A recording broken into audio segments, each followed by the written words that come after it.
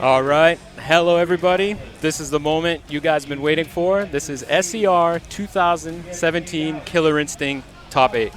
I'm Paul B. And I'm Zipstar of Team Body Bags. How y'all doing today? So let's just get right into it, man. This is a pretty interesting tournament, right? So we know Killer Instinct has been out for a few years. It's had some ups and downs. We've got players coming and going. This is a really interesting tournament in that right now we're seeing a lot of people, at least for me personally, that I don't recognize in the bracket, right? We've got some big names in there, and we can start talking about the top 8 right now. So we've got, obvious contenders like Circa-Nicky. Yeah. Yep. We all know him. We've got Swordsman, who's done really well at past tournaments like KI World Cup and EVO. I think he got 9th place at EVO like 2 years ago. Mm-hmm. So we've got Swordsman, and I mean, that's no surprise there. But everyone else pretty much in the bracket, at least that I saw, is sort of a surprise, sort of a newcomer. And I think it's a really interesting time for the game where, people who maybe didn't have an opportunity or just took a little bit extra time to learn the game are now having their moment to shine. And it's really cool to see the new faces and see what kind of new play styles they bring to the table. So here's our top 8, right? We've got Nicky and the Chronicle in the top of the winner's bracket. And Nicky obviously is a Fulgore / Mira player, but I think he's mostly sticking to Mira at this point. Mm-hmm. Chronicle is a Jago, Shadow Jago, Gargos. I mean, everybody's got that pocket Gargos right now. I mean, why not, right? At this point, everybody's got a pocket Gargos.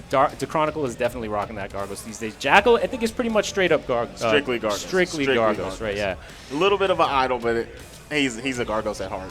Right, so then we've got Emperor Menzo, who we know from back in Season 1. I remember competing with him in Season 1 at EVO, and he was generally a Glacius player up until recently in Season 3. He really took a liking to Rash. So now, and I think, the type of player that Menzo is, if you've ever played him, he's kind of nuts. Yeah, he's a wild nuts. One. Yeah, so it fits him well. Rash, I think, is sort of a perfect fit for him. So it's cool to see. I think he's been consistently making top 8s at the tournaments he's been showing up to with Rash. So it's really cool to see what he brings to the table. When I watch him play, I have no idea what the hell's going on. No. I don't think anybody that doesn't play Rash really knows what's going on with Rash. I think you're totally right about that. So then on the loser's side of the bracket, we've got Element, Swordsman. We just talked about Swordsman a little bit, Stylo, and Aphex. Aphex is another Rash player, but I think the thing I just want to point out before we get right into it is that we've never really seen these guys play in top 8s for the most part, right? We've seen Swordsman, obviously, but we haven't seen these other guys. So let's get right into the match. I'm really excited to see what these guys bring to the table. This is going to be such a good match. I am excited for this. Chronicle is a good friend of mine. Team Hollywood, our training team with F3 Sleep. And then we got Circa-Nicky. Everybody knows that, man. We see the Gargos on screen. He's going straight to Fulgore? He went to Fulgore. All right. I've heard that Nicky actually thinks the Mira Gargos matchup is in Mira's favor, which I think a lot of people don't agree with, but he thinks that's the case. But he's going right with Fulgore. I don't think he wants to mess around. Yeah, he's going right in.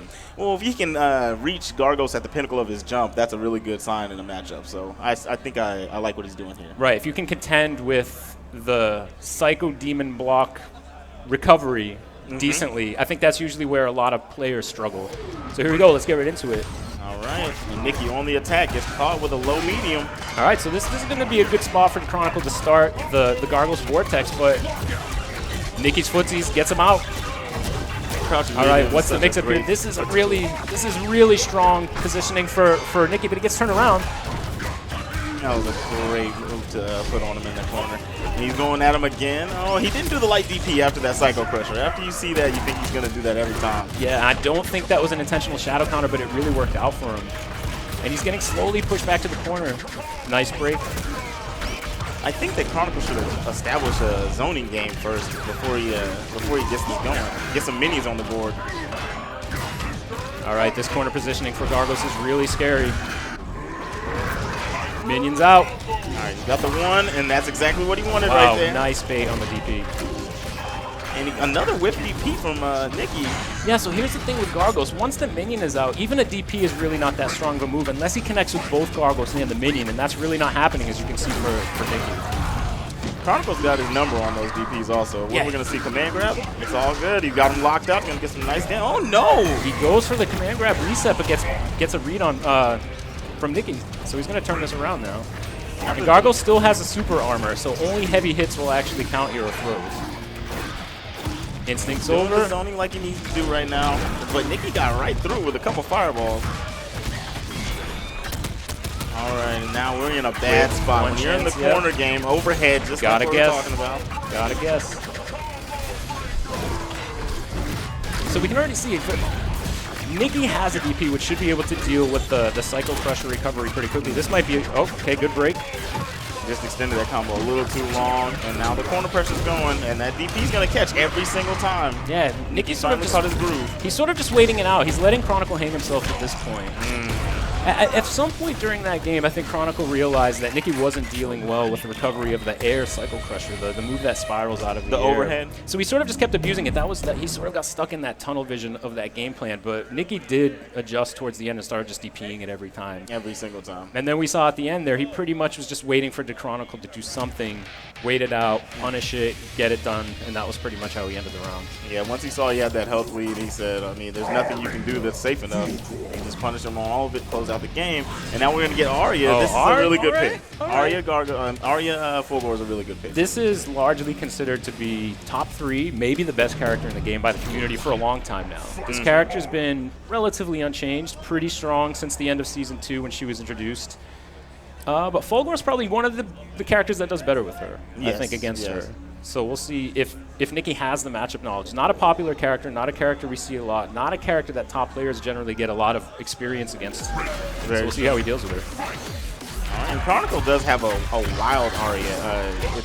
His mix-ups are really strong if he can get his offense going, and that's the problem. If he doesn't get it going, Arya eats a lot of damage really fast. Yeah, he really just needs to escape at this point and set up the zoning game with the assists. He still has both assists. But he's getting stuck here in the close game with Nikki, which is not good for him. Yeah, he put himself back in the corner. He had his way out. Yeah, I'm not a fan of that mix-up. It was a bit risky. So Nikki still has corner positioning. Instinct is really strong for Arya, but gets caught jumping. All bodies are going to be taking damage right now. Walls flat, mix up low, and it's good. He's going to go overhead this time. Nice DP there. Good read. Good read on that. Got the block. Oh, he could have extended that combo a bit more to optimize the damage, but yeah, he wouldn't have got a kill, but he would have got some good damage off of that. Nice footsies. Yeah, that's the obvious heavy, and Nikki goes for the break. Is that a... Oh, okay. What a forward dash from Chronicle. That was really good. I think that was a reaction. Nikki's getting really wild with these DPs. It's really interesting. I'm not sure what he's going for at that close range. I like Chronicle wasting out his instinct right there. That was very smart on his part. A very good combo to stagger. Yeah, good of him to set the distance. I hope he tries to set up the zoning game a bit more. Gets caught on the back dash. On the second hit of that forward heavy. Nice. He's got to read that Nikki's likes to do the short combos and go for the vortex instead, and he did an immediate guest break on that light. And he doesn't really need to break everything. He can just let some of this rock and just be ready to block and punish. Okay, I like the juggle. I think that was a waste of meter though. And I think he's gonna be missing those resources later on. It's a tough spot for Chronicle. I think he still has the second body with a very small amount of health and then the third body, which is generally not considered to be one of the stronger bodies. Well, Nikki's gonna, he was gonna take that out really fast. I thought he was gonna go for some chip, but that teleport DP was perfection. Oh no, I'm sorry. In this case, he still has the blade body, which is generally considered to be the strongest body, and he has instincts. So he can definitely make this comeback. Okay, I like that juggle. He's gonna get a punish here. Yep. And the lockout is that gonna lead the game? Yes, it is. It is. That's good recognition from there on Nick at the end to extend the combo with the shadow and get the ultra. Very smart play. And he's putting a little bit of that style on him. Put a couple T-bags on him. like you do, right? So, I mean, this is 3 out of 5 all throughout top 8, right? So we've got Chronicle still has one more chance. I think he's going to go to character select. He wants a character select. I think he's trying to signal for it, or they're not going to give it to him. Yeah. I guess not. I think the fight's happening. Oh, he's going in, okay. He's doing a good job. Those are good, a few good setups. Yep. I feel like he could be more effective in this matchup at a long distance, but he's favoring the Vortex and mix-up style that Arya has, which is very strong as well. That's correct. So here's the setup. He caught Nikki on some plus frames right there. I think Nikki knew that he couldn't press anything. I think that setup was not what he was looking for. I think he missed time. Ooh, look at wow, that. That was really good. Kind of dirty. I didn't expect that play. It's hard to visually tell if he's in the lead with the life bars, but I think he is. I think he is. I'm pretty sure. And he's going to get punished bad for that. Oh, no. A little bit of the stuff right there. Okay. Nice wake-up jab. That was a good jab confirmed, too. Nice mix-up's real, and that's going to be death to that body. So I think generally, strong Fulgore players don't like to favor the vortex-heavy projectile mix-up style on wake-up because it makes him build meter not as quickly, but I think in that case he just wanted to end the life bar. It's a smart play. His reactor's building up again. Yeah, his reactor's still moving pretty fast, even though he's shooting a good amount of fireballs. It's finally slowed down. Chronicle's defense is lacking right now. That's what he needs to tighten up on. His offense is fine when he gets it going. And a very good nice counter breaker. So let's see how he can maximize his damage and see if he can get a decent enough setup or set. He's going to get hit. Oh, very nice DP.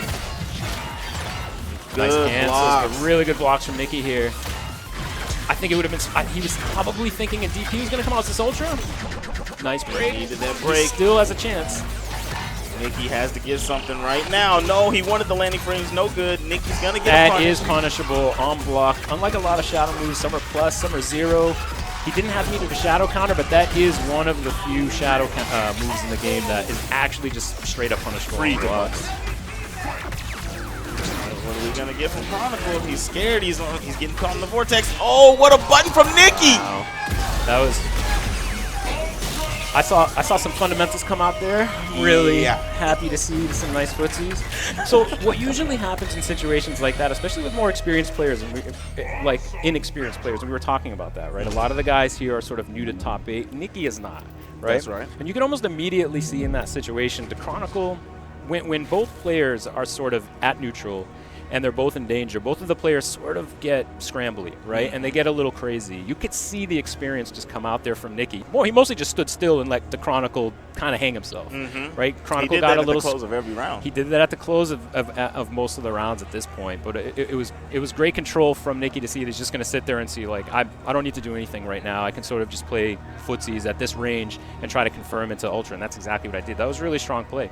A big thing about that was just confidence in his blocks. He knew what he could do at a certain range, and it's like, what are you going to do about it? You throw something out, I'm going to punish that. End of the story. I really would have liked to see the Chronicle continue that pressure when he had Nicky in the corner at one point. Nicky had no meter. And in this game, you need meter to shadow counter, otherwise you're sort of just stuck blocking, right? Though Fulgore doesn't have a DP, I still would have liked to see the Chronicle set up. He was really, because Nicky throws out DPs like crazy, and then you respect them, and then that means Nicky has more leniency. He has more leeway in neutral to sort of like bully his opponent, right? And that's how he establishes his game. I would have liked to see the Chronicle keep the pressure on and say, I know you're DPing me, I know you're throwing them out, but I'm going to keep the pressure on. You don't have meter. I recognize that. I would have liked to see a little more of that, but you know, it was still good. Still really good showing from a player that's relatively new to this level of competition. Yeah, he adjusted well over time in each match. The first one was pretty bad, and then he just progressively got better, and that's a good thing to see from a player. Now, who do we have now? We have Menzo versus Jackal? Gargos and Rash? So this is going to be interesting. I keep hearing that, right? Everyone knows how much I love Gargos. Yeah. But I keep hearing that Rash is sort of like the answer to Gargos. I'm not sure how much I believe that. Yeah. I don't know. I have rarely witnessed that matchup. This will be really interesting to see. Yeah. Jackal is not new to top 8s. Neither is Menzo. I mean, both of these guys know how to compete at the highest level. I'm really curious to see what happens here. I want to see how Gargos can handle the insanity that Rash is going to throw at him. Most tall characters tend to have a hard time with Rash because Rash can do the up tongue. The up tongue, if he can catch the height of your character, it leaves him more plus than he would be, and more frame advantage than he would have against other characters where his up tongue is going to whiff, and he has to just go off of the overhead afterwards.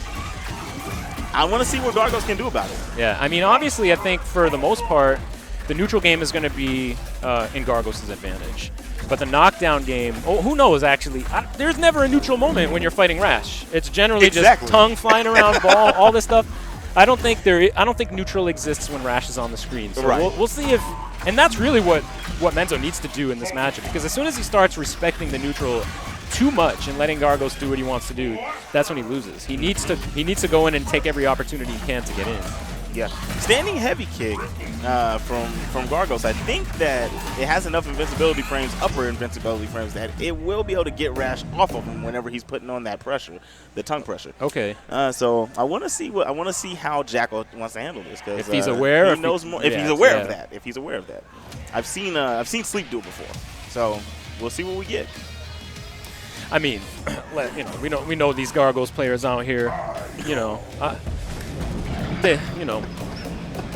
have to say anymore. You think Gargos is you think Gargos is playing them, or are they playing Gargos? Right. You know Laura. You ever play SF5? Yeah. I think the same people that would play Laura in that game would play Gargos in this game. The same kind of person. You know I can't argue with that.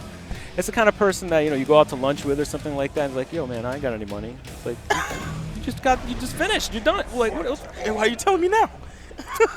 Anyway. And he goes to Idol. All right. So we've been talking about Gargos for 30 minutes, and now we get Idol. So clearly he doesn't like the matchup. He definitely knows something that we might not know about this matchup. But I'd be curious to see what he does with Idol. Relatively unexplored character, actually, at a high level. Very true. Very true. See that the height of Idol is just going to leave him open for that kind of pressure, and it's really going to make things more ambiguous as he goes into like cross-up setups. So I mean, this is Rash's game. He's good in the neutral. He's sporadic, but he's also really good at this sort of like mix you up while I'm in your face vortex game. It's not even so much of like a left-right vortex. It's just hard stuff to react to. 50-50 quotation marks. Yeah, I mean you can sort of react to that overhead, but his low threat is pretty good too at that range. Yes. And right now, okay, there we go. Jackal's finally got something going after being stuck in the corner the majority of the match. 18 seconds in, he finally got his first combo. And that's what I was talking about, the sporadic neutral, or the neutral that just doesn't exist. If Rash is not in, he will be in. He always gets in. He's going to get in. That was a really good shadow counter. Good recognition, but immediately broken. There's the end of it. What a air-to-air. That heavy kick is such a great button from Rash, not only to control space on the ground, but in the air as well. I mean, you can see that, right? He's favoring it off. That's one of the best buttons in the game. It really is. It really is. As is the sweep version, the crouching version. The range on it is insane. Yep, so he's... All right, what do we going to get? Shadow DP? Nope. Wow, nice grab. I think Jackal is just sort of one step behind Menzo at every point here. I think he's just being too afraid. He doesn't want to press anything, and it's just leading to him getting opened up. He's not trying to fight back. You have to fight for your space. It's a clear lack of... I mean, Menzo's been playing this character, I think, since release at this point, and I think this is a clear preemptive counter pick. Yeah. Or a preemptive not picking the bad matchup. I would have liked to see Jackal just try Gargos at first. I mean, I always encourage KI players to do that because matchups in this game really aren't that bad. I mean, 6-4 maybe. 6-4 is 7-3s even in this game are super rare if they exist at all. And the combo breaker mechanic really... It really equalizes a lot of things. So I would have liked to see him just go for Gargos and try it. He'll probably switch now, but now he's down one. I guess, in a 3 out of 5, you have that breathing room. You have sort of that space to say, all right, I'm going to experiment for the first time. I don't like the matchup. I'm just going to give this new character a try. But clearly inexperienced, especially in that against a Rash of that caliber. Yeah, he had no idea what to do with that rush down. I just wanted to see him throw a few more DPs out. I mean, you normally don't want people to throw DPs out willy-nilly, but when you see that Menzo's putting on pressure where he's not letting up on his buttons 1 second, come on, let him fly. You have Make to establish You have to establish the threat at some point just to let him know, like, you can't just do whatever you want on me, right? You can't just do an overhead every time I wake up or a low. You have to respect me occasionally. Exactly. So here he goes. He's going right in. Obviously, Jackal's going to have a lot more experience with this character, so it's going to a little bit more controlled, even if he doesn't like the matchup. Exactly. He's doing very well right now. Yeah, this is a great start for him. I mean, he's got the positioning. He goes right in for the mix-up. He doesn't have any meter to set up the threat of the minion yet, so he's going for mix-ups. I like that. That's a good break. I like that Menzo woke up and blocked a second ago and just let him do what he wanted to do. Yeah. Didn't worry about the dash-up grab or anything. I love this reactionary style that Jackal's playing, right? I mean, Jackal probably knows his play style, and he saw from the last game, he's just going to go in, he's just going to come at me, so I'm going to wait and play reactionary. Look at that sweep, man. That's very really good footsies, and the anti-air so far has been on point. This instinct is really hard to deal with, so we're going to see how Menzo can convert this and see if he can make a comeback. Yeah, this is when it's going to get dangerous. He's going to convert combo, yes. Yep, enter into continuation. Very good break, very necessary. Standing heavy kick, nice, I like that. Good fundamentals from Jackal, stopping the jump in. This is great. This is really controls. This is what I was talking about, right? This is his character. He knows what to do here. That's right. He knows how to control space. The minion's down. I thought he was going to help him get out of the combo. What is? I don't know what's happening. I don't know what the hell is happening right now. I didn't understand the side switch stuff going on there, but Jacko's going to be able to get out of this. Yeah, that's guaranteed in that situation. So right now, stealing the meter. I like the idea. Menzo's just got to do a lot of guessing at this point. He tried to throw that heavy kick out just a little bit out of range. Spacing was too. Oh, he accidentally grabbed the buddy. That happens. Standing heavy kick, so he knew it. We spoke about that before the set started, and he knows it. Standing heavy kick is a great tool in this matchup. I think that was definitely probably a misinput from Menzo to do the up done there. He's probably trying to go for an up back or an up forward to get a mix up. Jacko's doing great. At this point, he can just stay back. I'm not sure what Menzo could do to bring this back. This is really great for Jacko. He got the health gauge right there with the grab. Jacko and he doesn't got corner position. Yeah, he doesn't need to take any risks either. I mean, he's generally not been taking them, and it's been working out for him. So at this point, it's pretty much going to be more of the same for Jacko to just tie this home, unless Menzo can do something really wild here and unpredictable. Very good block. Great block. Right, the minion's out. He's hit. Juggles. He's going to get mixed. And the minion saves the day. No doubt. I love this character. I love Gargos. I love him. I like how he meaty Gargos, but he didn't meaty the minion. So the minion's like, hey, what's up? Yeah, right. It's delayed wake up. It's like, I'm doing everything right, and I'm getting hit. I'm doing it all right. And again, I'm getting hit. I got behind. I lost the game. But that is Gargos.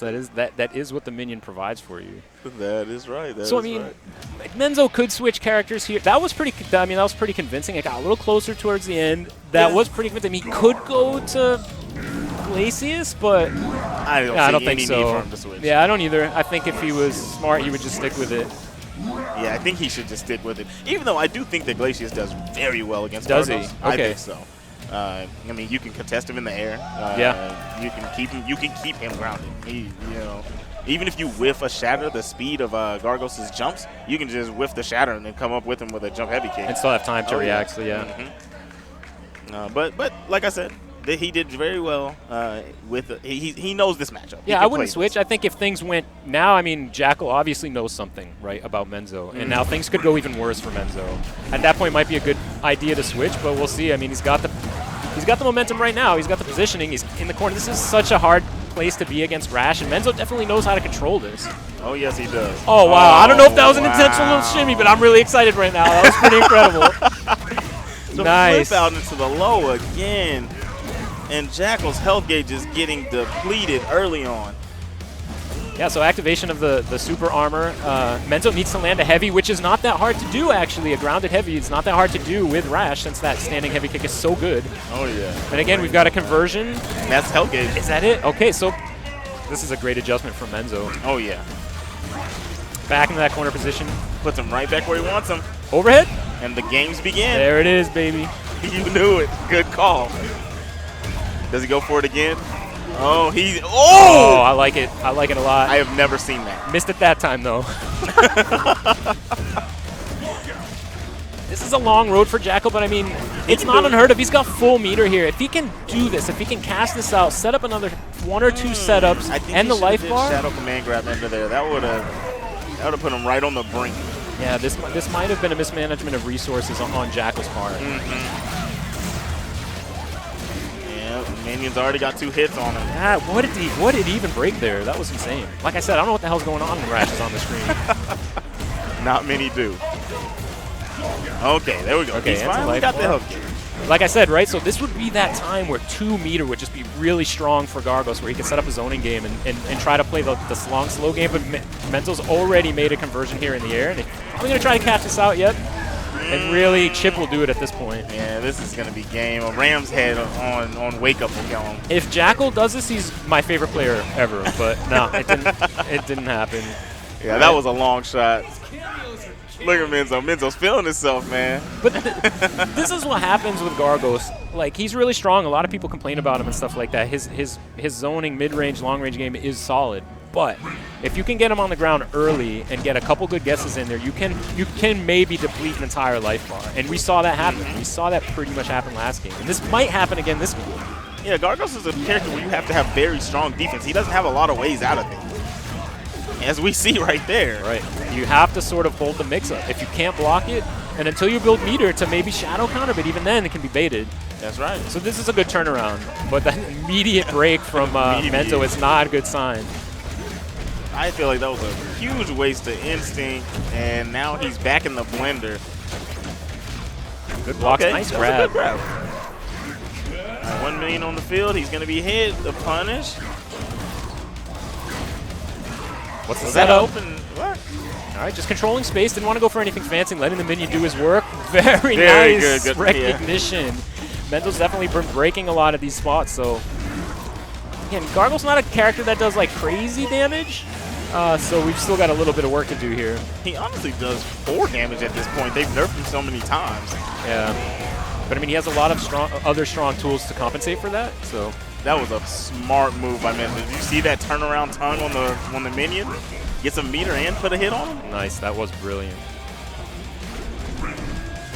Okay, so we got a pretty much even game going here. Jackal is about to build another instinct. I like that Jackal was trying to start his offense off to start this round, but Menzo took control really fast. Yeah, so you can see that Menzo's just quickly trying to end the neutral situation. He wants to get in before Gargos can establish anything. Wow. Yeah, I'm not sure I agree with that immediate break on the armor. He could have still spent some time with that to really convert some. Oh, baby, no. What is going on? Who did it? You know, it's times like these. You know, every modern fight stick has a button on it where you can sort of lock these buttons out, right? It has a switch. It's the tournament switch. It's the I don't want to lose a match in 2 seconds by pressing start. Everyone forgets about that switch, but you got to switch that thing on, man. Yeah. I mean, in all honesty, it's been happening a lot in Tournament for Killer Instinct, and I think that's due to the fact that X is very, very close to the start button. I think we got a lot of mashing going on. I think that's what we got. These guys need to calm down, okay? Stop mashing. Take it easy. No, but it does. Yeah, it does happen. When things get intense, man, you know, a little bit of mash got to happen. And you know what rhymes with mash, don't you? Right. I'm gonna go and say it was Menzo. I'm just gonna say. I'm still not sure. I'm just gonna assume it was Menzo. Jackal, well, it had to have been. It had to have been because Menzo was up 2-1. That's right. So yeah, it would be over with if it was Jackal. I mean, Jackal looks collected, right? He looks cool. He's chilling. He's just hanging out, right? Rash is going absolutely insane. It has to be the Rash player. The Rash player is always the one who's gonna be pressing all sorts of buttons all over the controller. So let's see. Here we go. All right, going back 2-2. This is for everything right here. Jackal is praying that Menzo presses start again by accident. I think Jackal wants an honorable win, but I know dang well he'll take it. Honorable? He's playing Gargos. Anyway. So this is, again, we've seen this situation a lot, and this happens early on, right? We were talking about if you can get that position early against Gargos, you can set up a lot of offense, but Jackal has turned the tide here. Now he's switched the corner around. He's doing well. He's doing a lot of grab punishes on Menzo's negative buttons. And last time he was just letting him get away free with it. Exactly. You need to know that. I think that Rash will oppress you if you don't know when you can press a button, and there are a lot of times you can press a button. It all looks safe, it all looks plus, but it's not. You have to do your homework against this character. That's right. This could be. I this like is a good it. I think you air grab here. Okay, good. Goes for the anti-air. Yeah, that'll work. I think he might have been unsure about it. Yep. Ooh, this is crazy. Heavy This is fun. Yeah. Shut it down. So that was a really good spot for Jackal to close out the round. I mean, he had the minion, he had the armor, he had pretty much everything on. I wouldn't really see Menzo getting in at that point. All right, that was a good block. The minion. Yeah, oh, he wanted the juggle. It's no good. Overhead again. So we've got corner positioning again. That's one thing Rash excels in, is that corner carry, but good break on the shadow. That break. Ooh, nice anti-air. That was almost preemptive, like an anti-air read. That was really great. Nice blocks again. Counting on the minion to help him out there. Oh, no. The minion's not going to get there in time to save him either. Rash, also not a character that does a ton of damage and doesn't have any shadow to tack on there, but this is totally still doable on Jackal's side. Totally still doable. He can do it. But a one chance is going to end his whole tournament life. I don't agree with that use of meter. I think it would have been better spent on the minion, especially with the armor. He could have set up some really valuable setups. I think he's counting too much on the zoning game, on the spacing. He's down too much life at this point. I'm not sure he can keep Rash out for that long. But here you go. He gets started. Yeah, he's keeping it short. He doesn't want to get broken. He doesn't want the neutral. He doesn't want the offense to switch. I like the throw on the minion. Made him waste that meter. All right. Menzo is getting antsy. He got him. Wow. Wow, popping off. Is he going for full ultra? Well, he is letting it go. Players, man. The disrespect. We didn't even get to see it. Oh, man. I mean, that was great. That was great recognition at the end. And as I was saying, like, I think Jackal at the end decided, with such a life deficit, to play the slower game, even at the end, control the space, see if he can get random hits here and there, straight hits, land the combo, and then go for the vortex. But I think the deficit there was just too much, and the game plan was clear, right? The game plan was clear towards the end that Jackal wanted to stay out and try to. I mean, that was working out for him for the most part across most of the games. The space control, anti-airs, all that stuff. He's like, I've already figured out that I can keep him out if I try, right?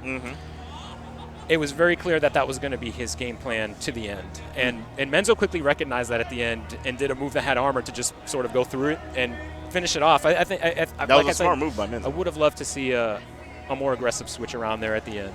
The moment he should have got aggressive is when he threw the minion and he knocked him out of the Shadow Wrecking Ball. Now he has no meter. Now you don't have to worry about Wake Up Shadow Boot or, you know, to get him off of you. So that was when he could have started putting on the command grab pressure and he could have took control and took that game.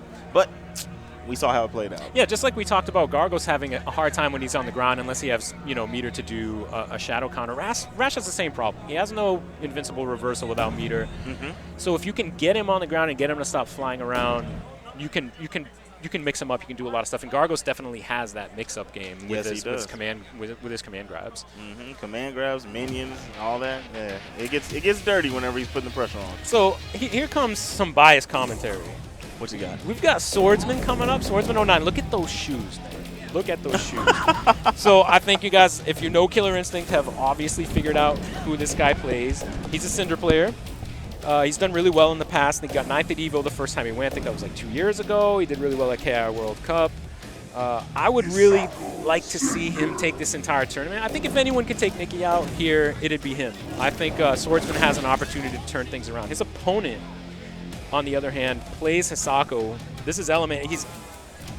I hear Cinder players say they don't like this Hisako matchup, and I think Hisako is generally a really hard to deal with character in Season 3. She's really good, but I think Cinder is one of the characters that generally does really well against. Yeah, that's what I would assume. He's got the DP. He's got a DP that leads, you know, it doesn't only get you off of him, but it leads to full combo, and that's really a way to shut down a lot of Hisako's mix-ups, and a lot of her mix-ups are in the air, so she can't parry.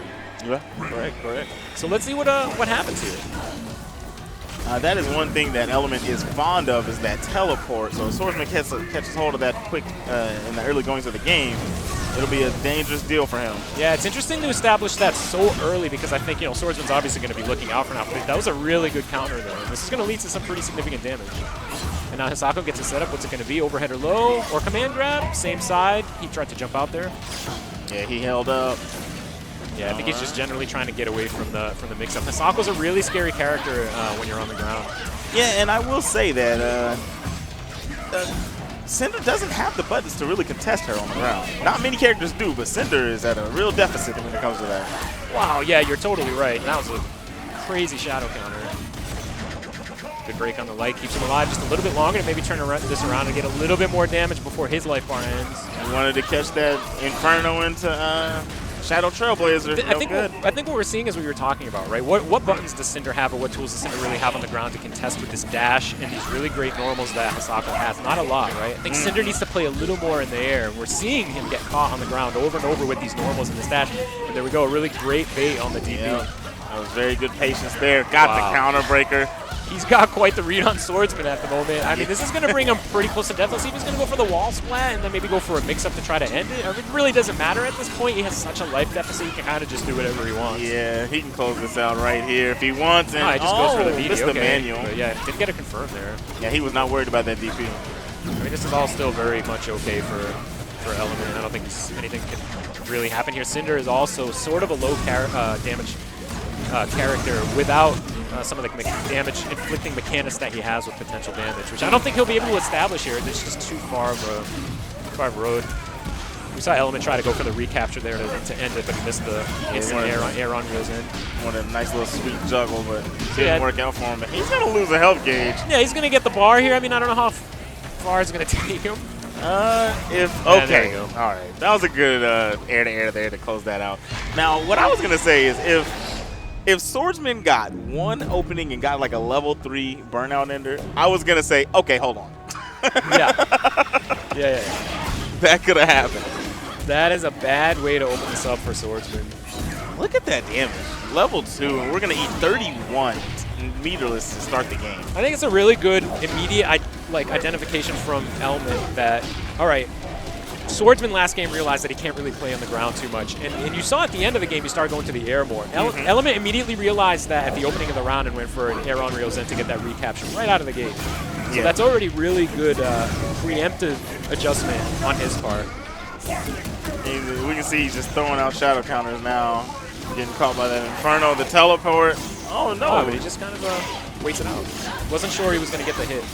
Didn't turn out bad. Goes for the reset. This is going to be a continuation of the combo because the wrap meter is full. Wow, down on that. Easy on the doubles. Yeah, I mean, Element is, you know, a newcomer. He's not necessarily been seen in top 8s a lot, but I think he's still grinding the game out, whereas I think maybe Swordsman has been away from the game a little bit. You can kind of see some of that rust showing through here. But have you seen Element before? I've never even seen Element. No, I think this might be his first top 8, actually. Okay. He's doing very well. He actually beat me in the first round. I mean, Hisako is a scary, scary character in Season 3. Yeah, that mix-up game is very dangerous. But right now, as we speak, Swordsman has him in the mix-up game. OTG, no break attempts. We're going to get a good level 2 burnout on the arms. This is a strong position for Cinder right here because the mix-up is, am I going to grab, am I not going to grab? But with a bomb off of a grab, you can get an OTG to continue a combo and cash out big damage like she has right now. Really great block with one more combo. Right, and this is what I was talking about. So now we've got the bomb, and if you can land another grab, okay, well, the bomb's gone. He got the DP. One chance, and that's it. Yep, that's it. And that's the snowball effect that Cinder has. Like I was saying, he's a relatively low damage character, but he sacrificed where he loses in damage, he makes up for it in that potential damage mechanic. Where if you're pressing buttons, if he's burned out a limb, it's going to just tack on, and it's going to lead to situations like that where even just a wake-up DP can be cashed out for crazy damage. Yeah, it's kind of a crazy mechanic. Cinder kills you for playing the game. That's right. And you can choose to respect it, you can choose not to, because if you do get a confirm and you land a combo, you can maybe establish it and draw out a combo long enough to end the burnout effect. Correct. But not last game. That's not what happened. No, that is not what happened. What's the mix-up? All right, he's taken to the air a little bit more. Doesn't want to contest the Sako on the ground because of her good buttons and dash speed. Oh, sits him down. That was such a good read. And there's really not a lot of risk for Element to do that, to do a jump back and air on Liaison, because it sort of sets up a block at the mid-screen if Cinder tries to establish any sort of approach. Which is generally what Cinder wants to do in the neutral. He wants to take to the air. He wants to approach. That burnout is building. He wanted to DP that, and it just wasn't going to work out for him to trade it immediately. That's a little bit of lack of character knowledge there. Oh, very nice break. That was very good. Nice. If he didn't break there, he would have cashed out all that damage. Yeah, he would have died anyway. Sort of an imperative there for Element, but that is the mix-up. You can choose not to break. Look at the potential damage building up. Look at it. It is just sitting there pretty ready for him to cash it out. Yeah, you cannot press buttons during this. This is a pretty strict frame trap. Very nice reaction there. That's going to be the life bar. Okay. So you can see the potential damages slowly coming back, and it's not going to be as much of a threat anymore. Now it's totally gone. All right, now it's all fair game. Nice patience there from Element. I like that. Another lockout. Yeah, Swordsman is just either not familiar with this matchup or just rusty, but nice read. Doesn't go for it. Doesn't take the bait. Here we go. He's going to establish the throw game. I'd like to see the bomb. Go for another throw, maybe. Yep, good tech. Good anti-air. I like that. What are we going to see here? Okay, so what can he do to really get in? Because Swordsman is liking to run away a lot right now. Yeah, I think they're both playing this fine. Nobody's taking any extra risks right now, but now the advantage is in Cinder's favor, right? So Element definitely has a read on the game plan of trying to get the OTG with the bomb. I think it's really up to Swordsman at this point to bait that out. And he got the counter breaker. That was the latest break. Yeah. That was almost, man, you know what happens? It's like, you see the counter breaker happen and you haven't broken yet, but your brain is already committed to breaking at that point. You're like, you can't stop it. You can feel your hand going to break. Oh, but yeah. Your brain is like, no, stop, and you just don't make it in time. Now, I broke this, but I remember for a while, man, when I saw you counter break, it would make me involuntarily press the brake, and I'd take the counter breaker. It was so bad. That's pretty much an instant lose problem to have in this game. Yes. But here we go. We're getting started again. I mean, things are looking still pretty even. A lot of braking going back and forth. Nothing serious has been established at this point. Swordsman with a wake-up grab. I like it. Yeah, he's really still trying to go for the game plan of grab, throw the bomb sticks to you, I grab you again, I get the OTG, and I think he's wanting that too much. Element is teching the throw every time. He really needs to bait that out some way and convert the damage here. Well, last time he kind of shutting that all the way down. If he just wakes up and command grabs, that's right, he's going to beat that immediately. That's right. Hisako's command grab is really fast and will beat throws, even meaty throws. That's right. Okay, conversion. 1-2.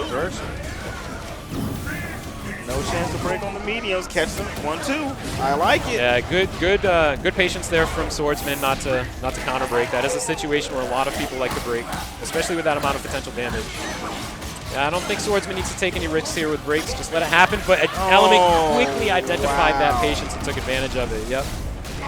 That was smart. Not how Swordsman probably thought that round was going to end, but not too much here to convert and end. Good stuff. Now we're close it out again. fairly quick.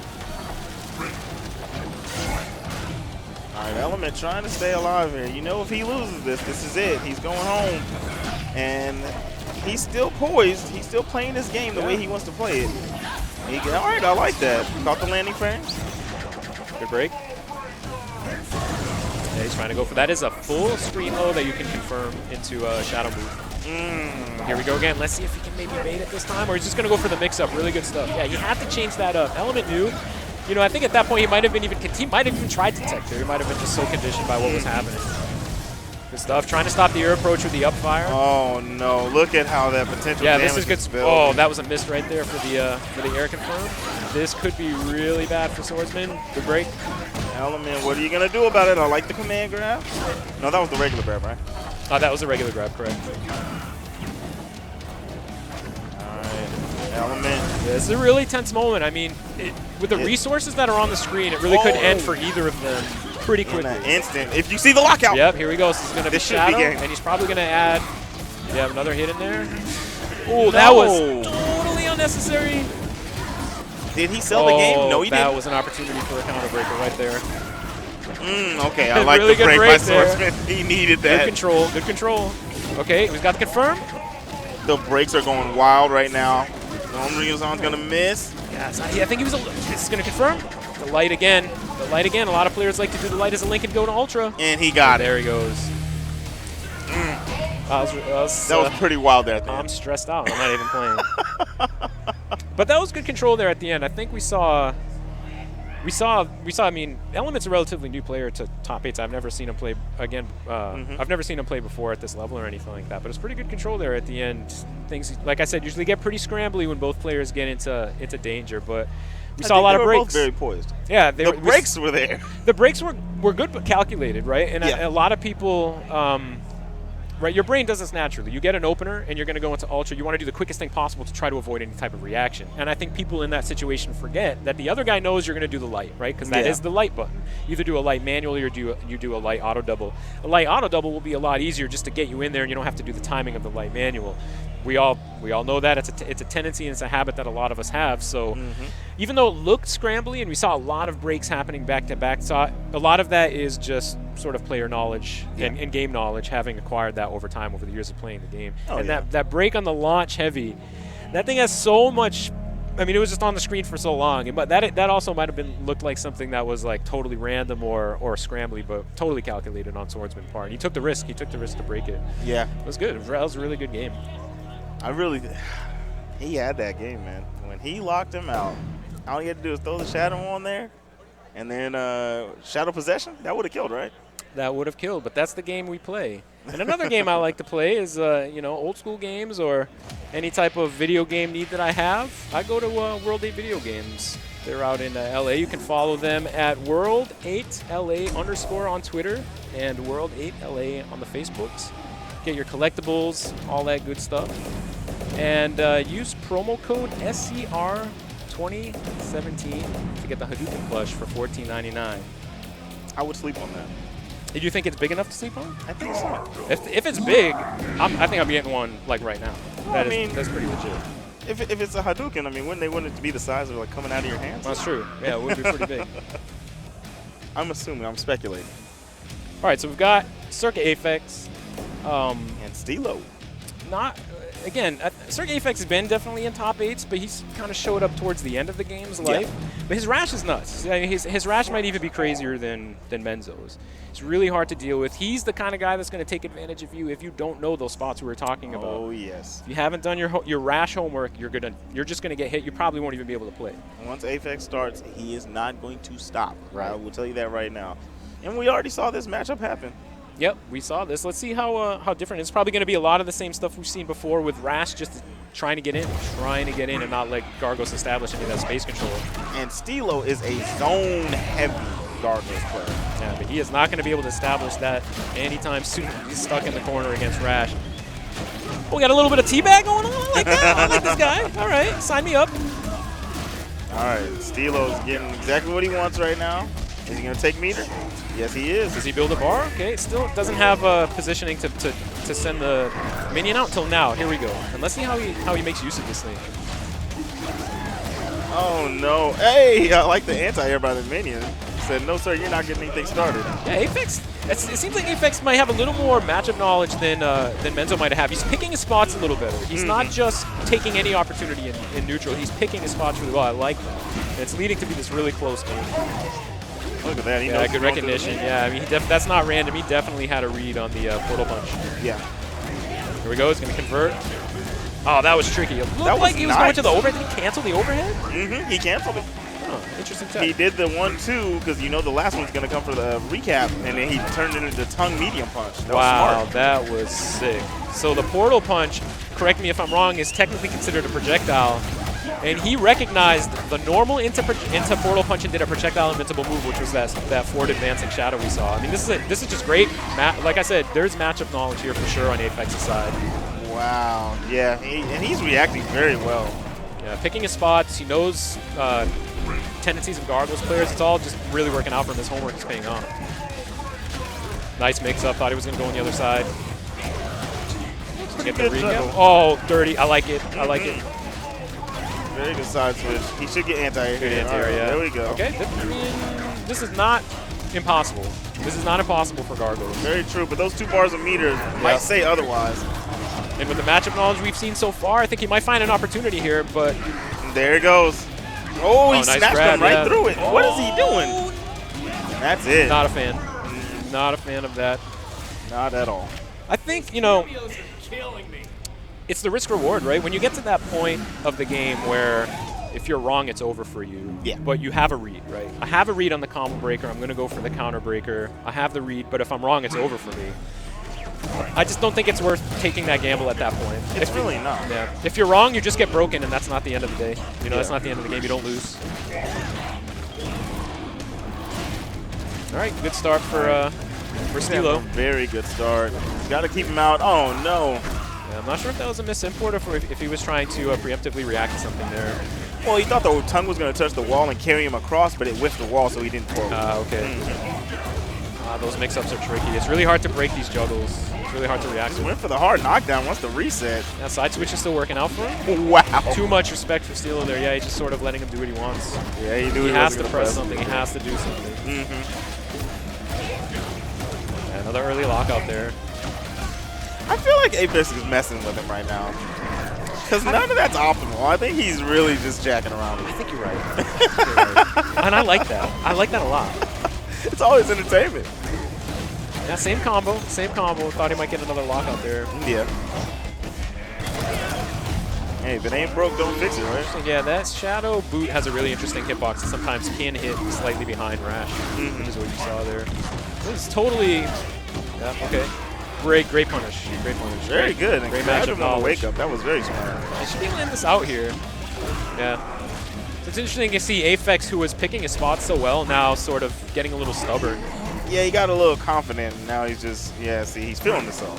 That's what happens when you start feeling yourself. But that's good. That shows that maybe Steelo has found a way to break the player down, right? Because even though he has a lot of technical knowledge in this matchup, he seemed to have found a way to frustrate Aphex to play not optimal and to play a little more risky. I mean, he was trolling before, but now I think he's just being stubborn.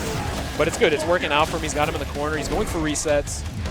I like that escape plan. Good stuff. He wants to keep Not him a bad out. use of either. Yeah. But it's going to lead to him getting opened up anyway.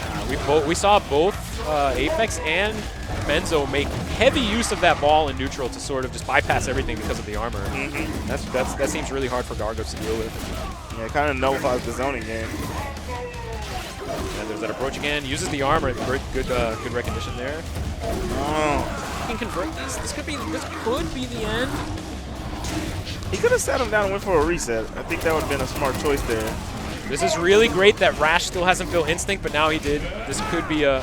Oh, he misses the punish. Good backdash, but he's going to eat the Shadow Boot. No, the block into the That car. was a really clutch break. I like it. Yeah, good stuff. Just chip now. Gets him on the startup. That was not a true meeting. That was a risky break, but it works out for him. Is this a punish? No, that was too... had the bike to make it safe. Good grab.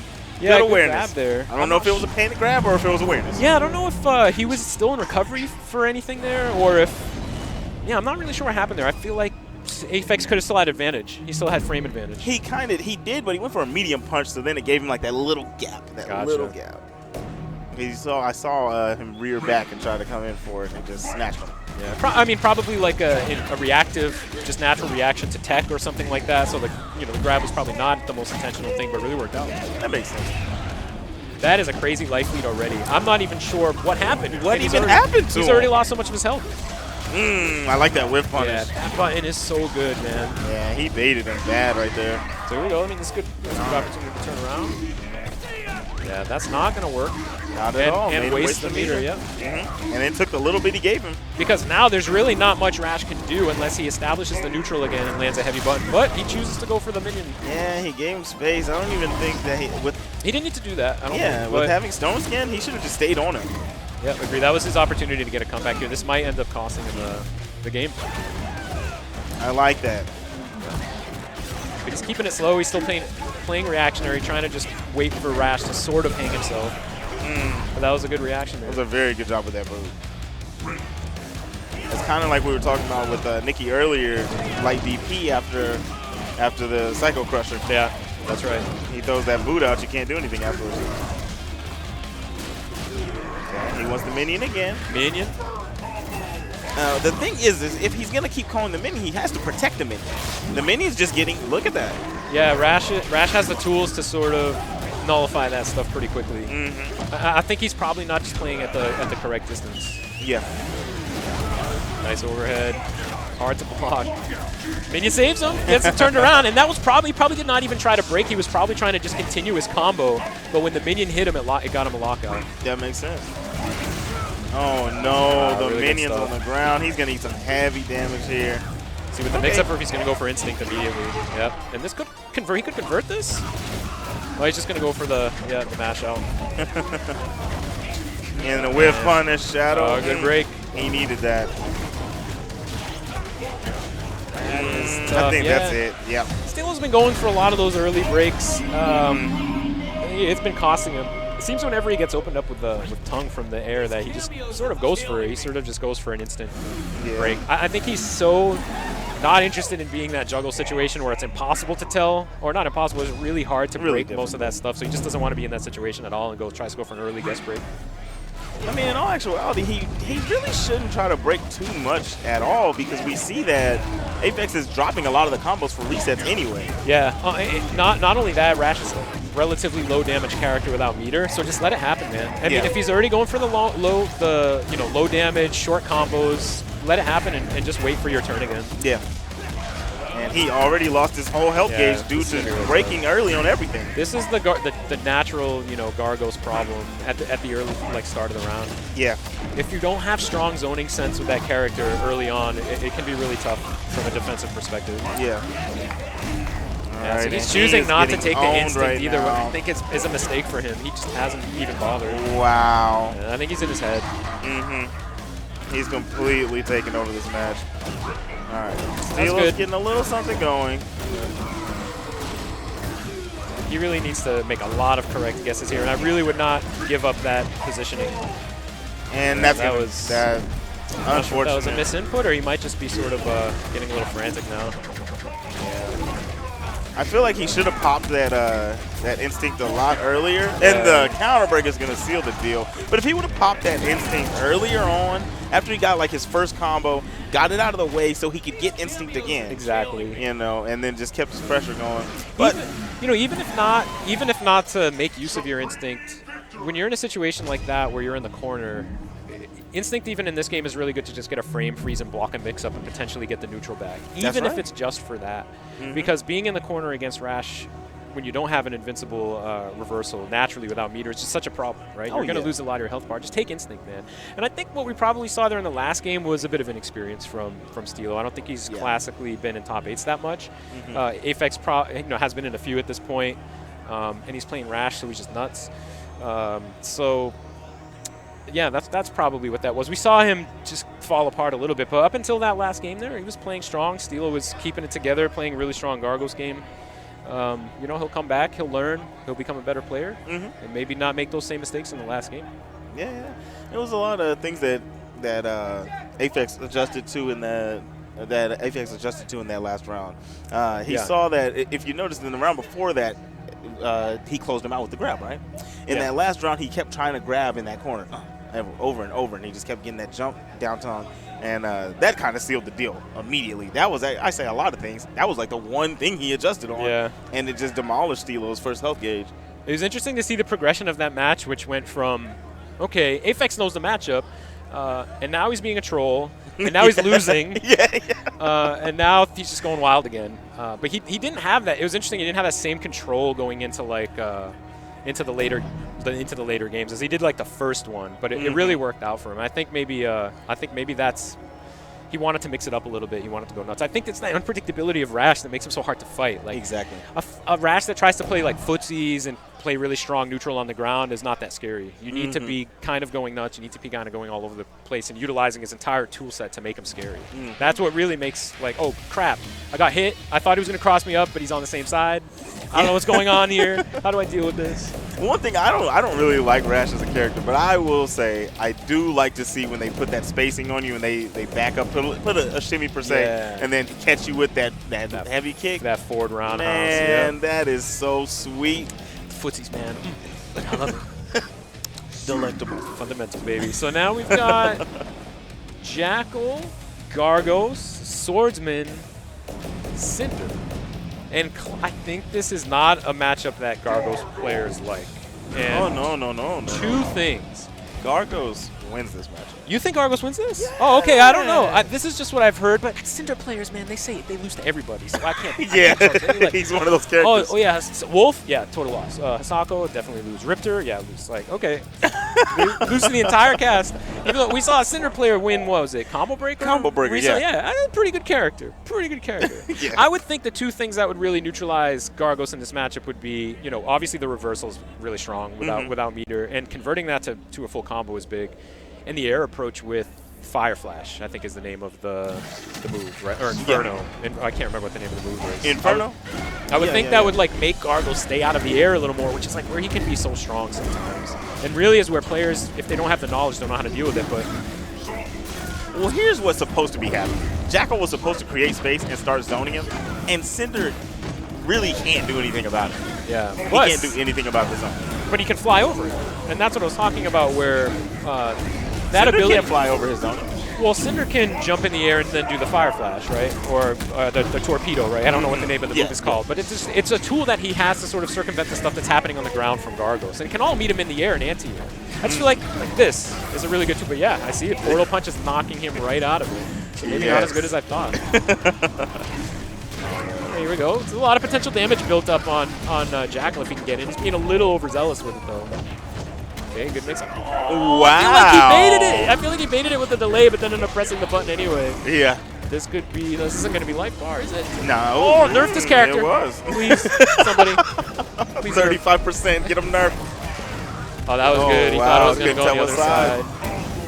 Yeah, there's that reversal. He's got something going. Let's see what he wants to do with this combo. It's level 1. I think he actually mashed out of a reset there, which was pretty good recognition. How does he get out of this? Yeah, that's not going to work. No heavy, but okay, it's kind of working out for him. It's doing damage. This is actually perfect. This is perfect. What? He really just could not find an answer to it. That's a moment you had to taunt after. That was good. Not mad at it. I would have loved to just see him keep doing those DPs. Just keep doing them. Why not, right? Nice anti. That was really good. Good reaction. I like that grounded heavy. Yeah, no heavy, no break on the heavy linker there, so the potential damage is going to mix up. That's going to add up here. Okay, that burnout went away fairly fast. It was a relatively low ender, so the burnout does not last quite as long. What's the meter here? Okay. Wow, he got hit by that? Oh, he tried to hit the minion, so he got popped. This is going to be it. Oh no, the minion knocked him out. Saving lives. Sometimes he's your best friend, sometimes he's your worst enemy.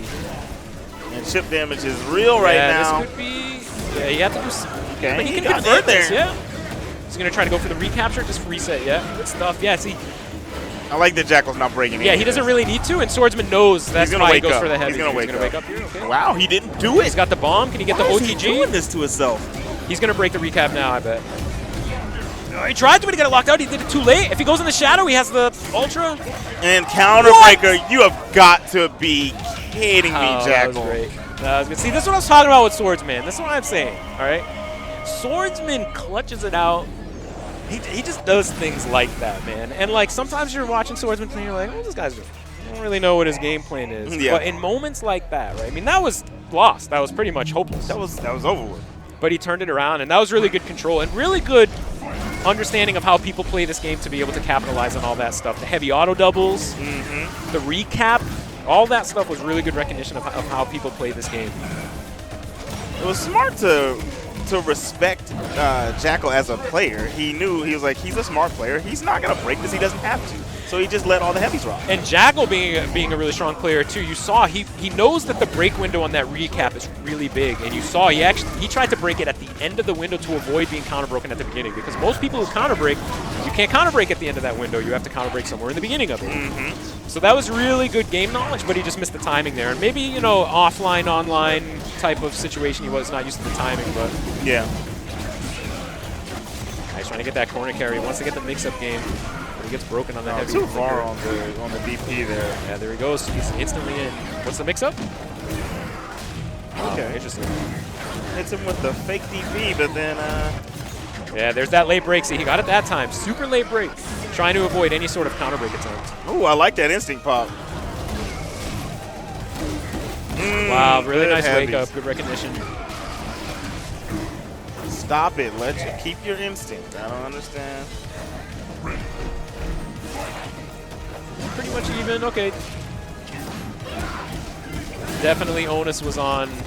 Wow, gee, that did not end the life bar. That's really surprising. Yeah, I thought that was going to kill him. He was going to get him a good burnout, but now he's getting counter broken. Good. This is not good for Swords. Oh, and then we're going to...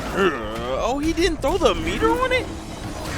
I thought for sure we were going to get a shadow command grab at the end of that. Okay, this is totally doable I guess right hold now. on to the meter. Right, yep. And see if he doesn't get punished on the approach again. Yeah, he changed it up this time. Instead of doing the forward advancing torpedo, he did the ball. Yeah, you cannot break that linker from that range. You have to break the following auto double or linker or manual. Good cash out there. He just wants to get the damage. He wants to even it out. That's really good recognition that he wants to do the dive into instant cancel, and he avoided it. That's good. Makes him waste it. That is a really strong position for Swordsman right now. Oh, this is exactly where Jackal wants to be. He has, yeah, this is it. He has everything he needs right now. This is going to be hard for Swordsman to turn around. And that's going to be it. The minions are going to be on him. Oh, no, he got out. He's working. Yeah. That's going to be it. The way that you have to play without resources in that situation is just so hard, because even if you get a hit, even if Jackal just stands there and takes the hit, the minions have a timing and they're going to hit you out of your combo. So the only strategy at that point is to either take single hits, go reset heavy, go for grabs, go for things of that nature, or do some kind of shadow move that leaves you projectile invincible. But he had none of those options, right? His only option was to go for short stuff, and it just didn't work out for him. Yeah, he was just too close to death. All right. Jasco wants that counter breaker so bad. It worked once, and he wants it always. You know what? I like it. Early game counter breaker is something that people don't do and really should do more of, because without resources, what's the punish? It's not going to be that hard. It's not going to be that hard. So I think going for it at that time is a really good option. And he's got the meter to cash out. That's going to be really big for Swordsman. Really good positioning. He still has the combo, but gets broken on the recapture.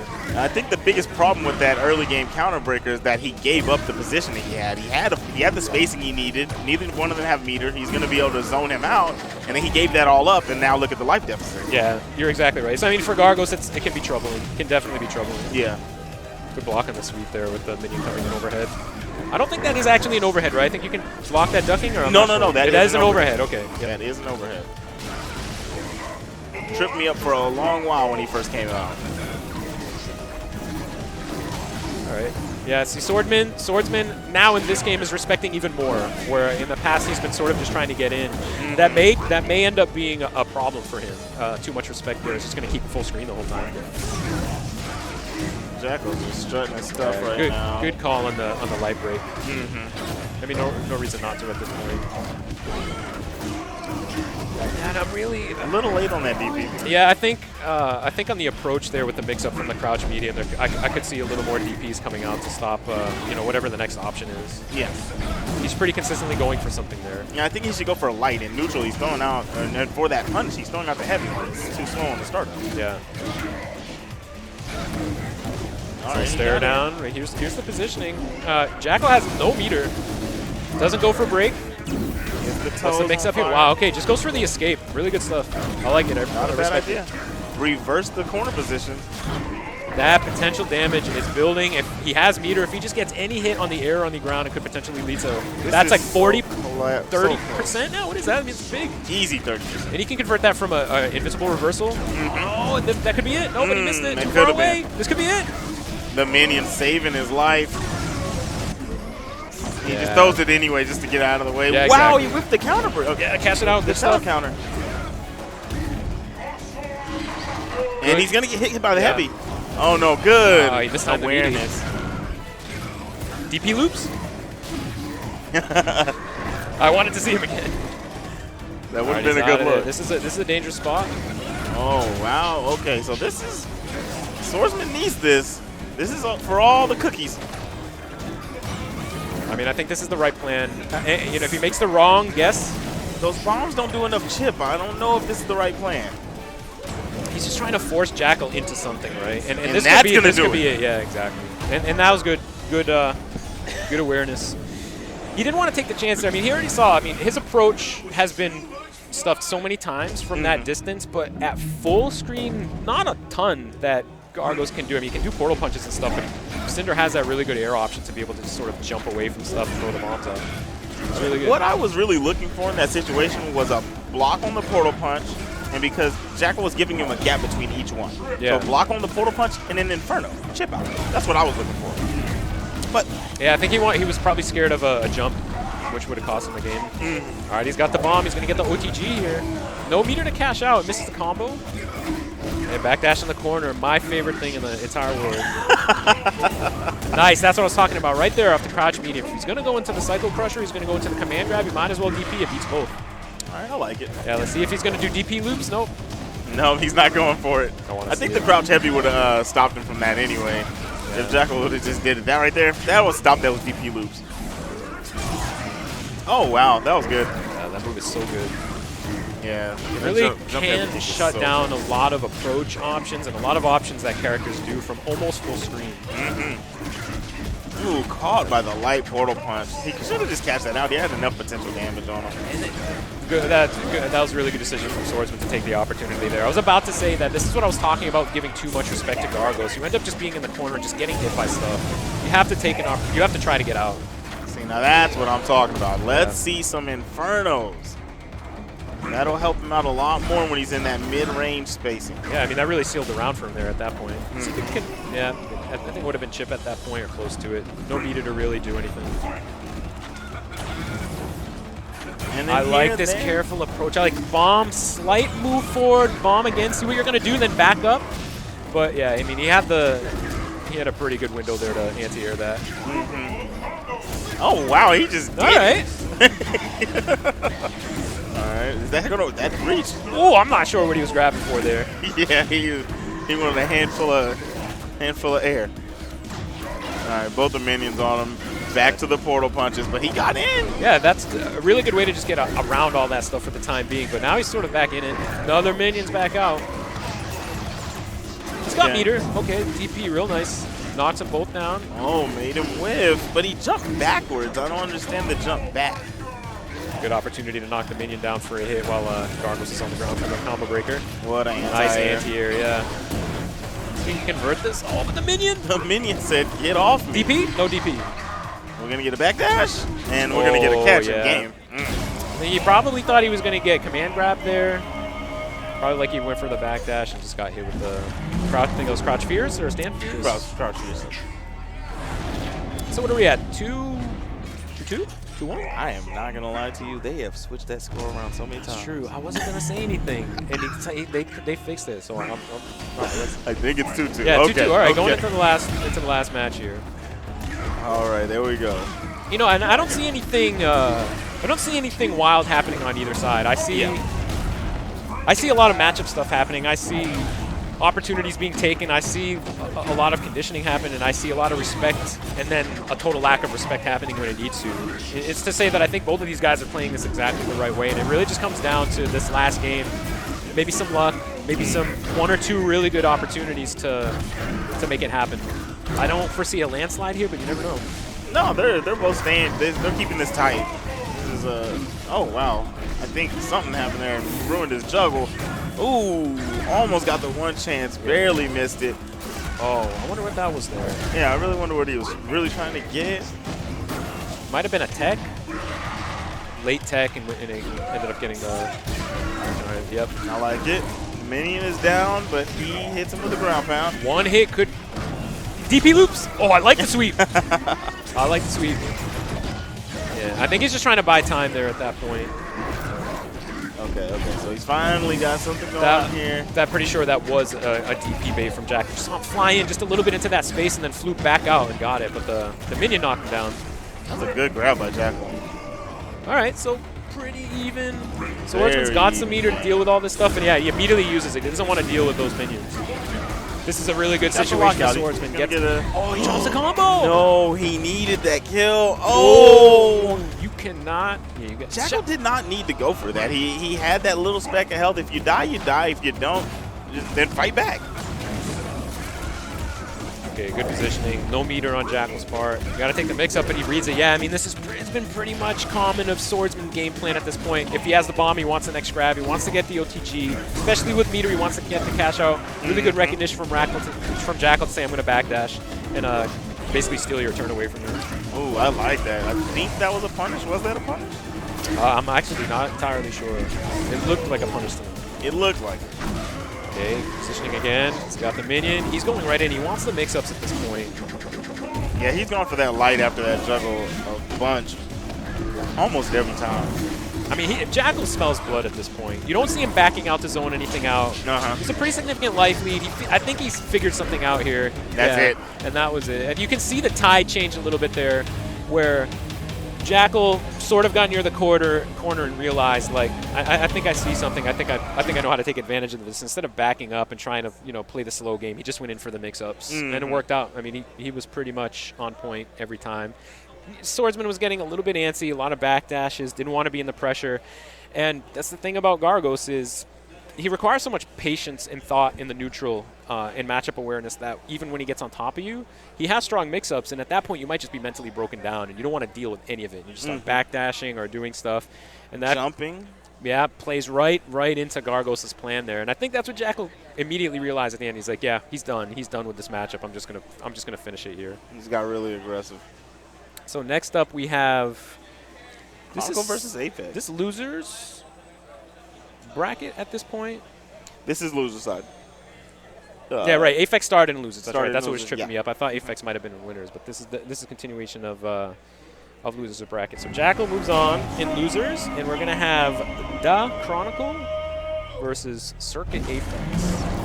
The Chronicle is, again, relatively new to top 8s, and I think he's largely like a Jago Shago player. but also messes around with Gargos, right? At this point, Gargos is one of his mains. He's the main go-to, right? Yeah.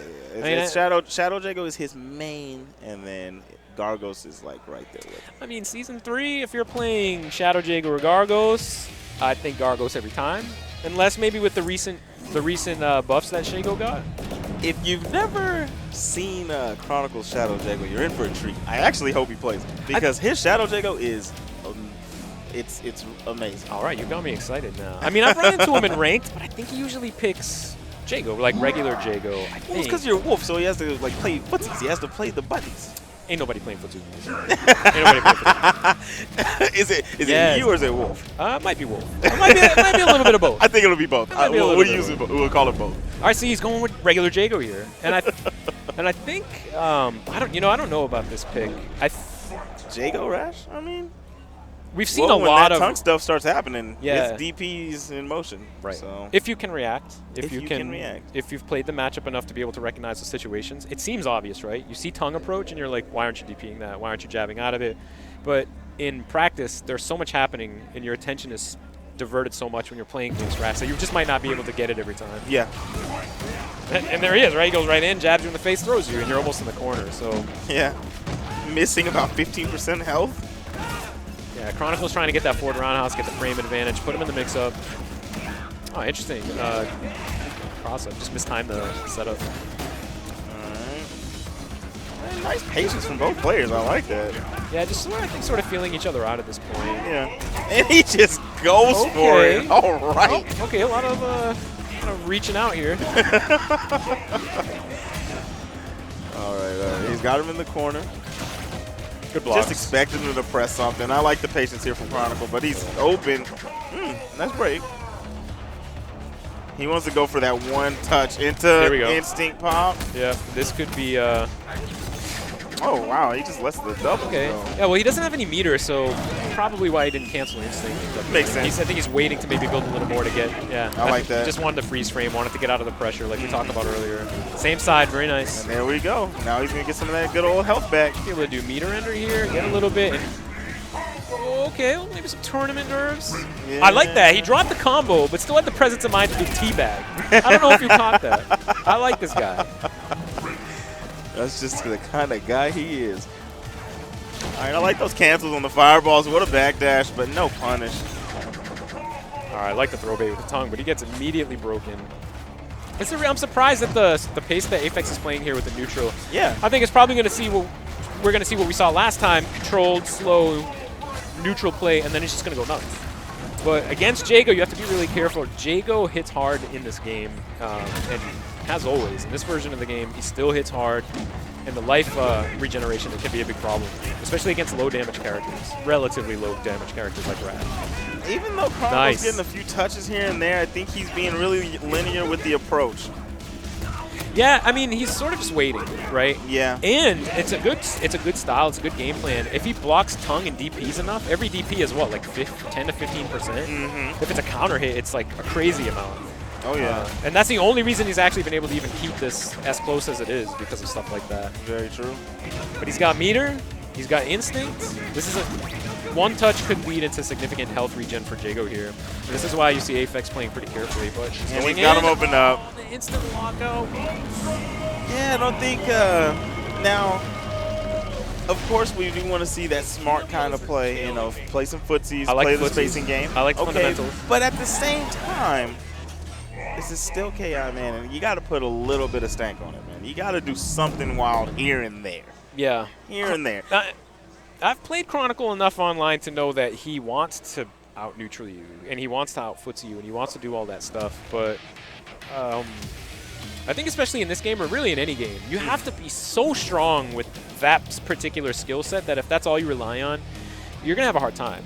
Yes. And especially in this game, right, when you have Rash flying all over the place and doing all this stuff, if you're just banking on whiff punishes and overheads or, you know, neutral play, you got to do more than that. And Jago can be pretty dirty with fireball cancels and, like, mid-screen overhead, jump-in overhead. Overhead is, you know, catching landing frames, things like that. Like, he can be a pretty dirty character, has really good resets, good stuff off flip out. Yeah. But we didn't really see any of that. So I don't think that switching to Shadow Jago here because of all that is necessarily a bad thing. Yeah. I think this is a pretty good trick. Maybe he's just more comfortable with Shadow Jago. Maybe Shadow Jago has more dirt. Maybe he'll be able to bring more of that out. Yeah, this match is gonna get a little wild. I can already see that happening. Oh God, I hope it does. You know I like footsies, but I like to see people get a little crazy. You know, you're gonna see it. I promise that. Oh wow. All right, that was a good crouch medium punch, but it was a good break on it too. Oh, okay. All right. That's your early game counter break, Yeah, Paul. I dig it. I'm down. What's the mix up here? Okay, he just goes for DP to keep it safe with meter. Oh man, that neutral jump was much needed because the blender was about to get real. Yeah, a little bit of a scrambly situation happening here. I don't think he intends for those this cancels to be happening, but I'm not gonna lie to you right now. He actually does. Oh, it does? This is a life bar. This is actually a life bar. I don't know. I don't feel like he did anything, but he's winning, and by a significant amount. Yeah. He's got about 50 left on the board, 55. You know, I think he's just catching Aphex being rash, right? And he's respecting Shago a lot less, because Shago's a lot less scary than Jago in the neutral, or in general. But here we go. He's gonna get the corner carry. He's really happy with those breaks right now, and it's costing him quite a bit. Like, that grab in the corner is so much damage. That's a free 15. Yeah, and a lot of people guess break at the end of combos. They see that it's about to be cashed out. There's not a huge counter break risk, so they might as well do it. But if you're in the corner, you're going to get that grab, and it's generally unscaled, and it's going to do a lot of damage. People go for that. People bank on that. And Aphex definitely does. Yeah, I think Rash has the second most damaging grab in the game, maybe third. That's right. All right, we got good juggles here. What's I like the cancel on the frames to get that recap. Oh, I like the bait on the single hitting shadow move with the backdash. What?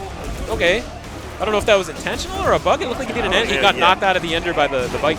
That was kind of weird. Okay, he's going to get that meter. What do we got? What's the setup? Good. I don't like it. By Aphex. He could have used meter to make it safe. He could have.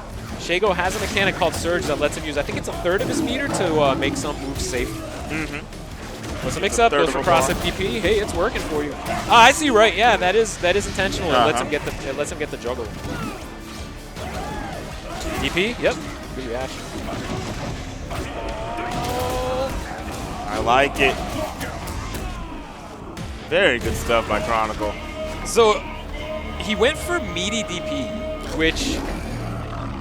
So he went for meaty DP, and then I think he did the surge to get the second hit, and then canceled. And somewhere in there, Aphex pressed the button, right? I don't think he was ready for the second DP, and that allowed him to convert all of that. But that's a really, you know that when he has meter, he can use a third of it to make his DP not safe, but he gets a second hit from his DP. Yeah, he gets a second interval. You need to be able to have the patience and in reaction to be able to actually punish that. It's not as easy as it seems. Exactly.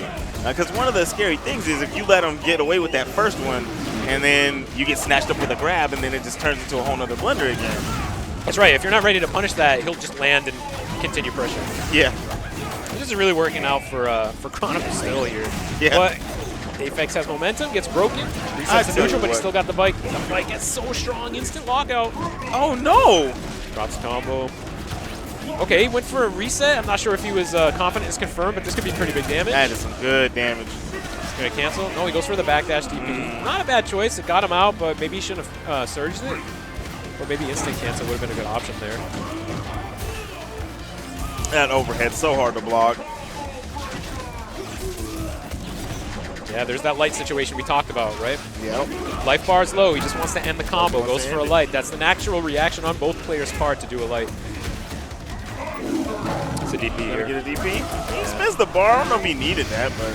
I'm sure he needed it, but Shago's not usually short of meter, so probably not a huge deal. Just wanted to guarantee it.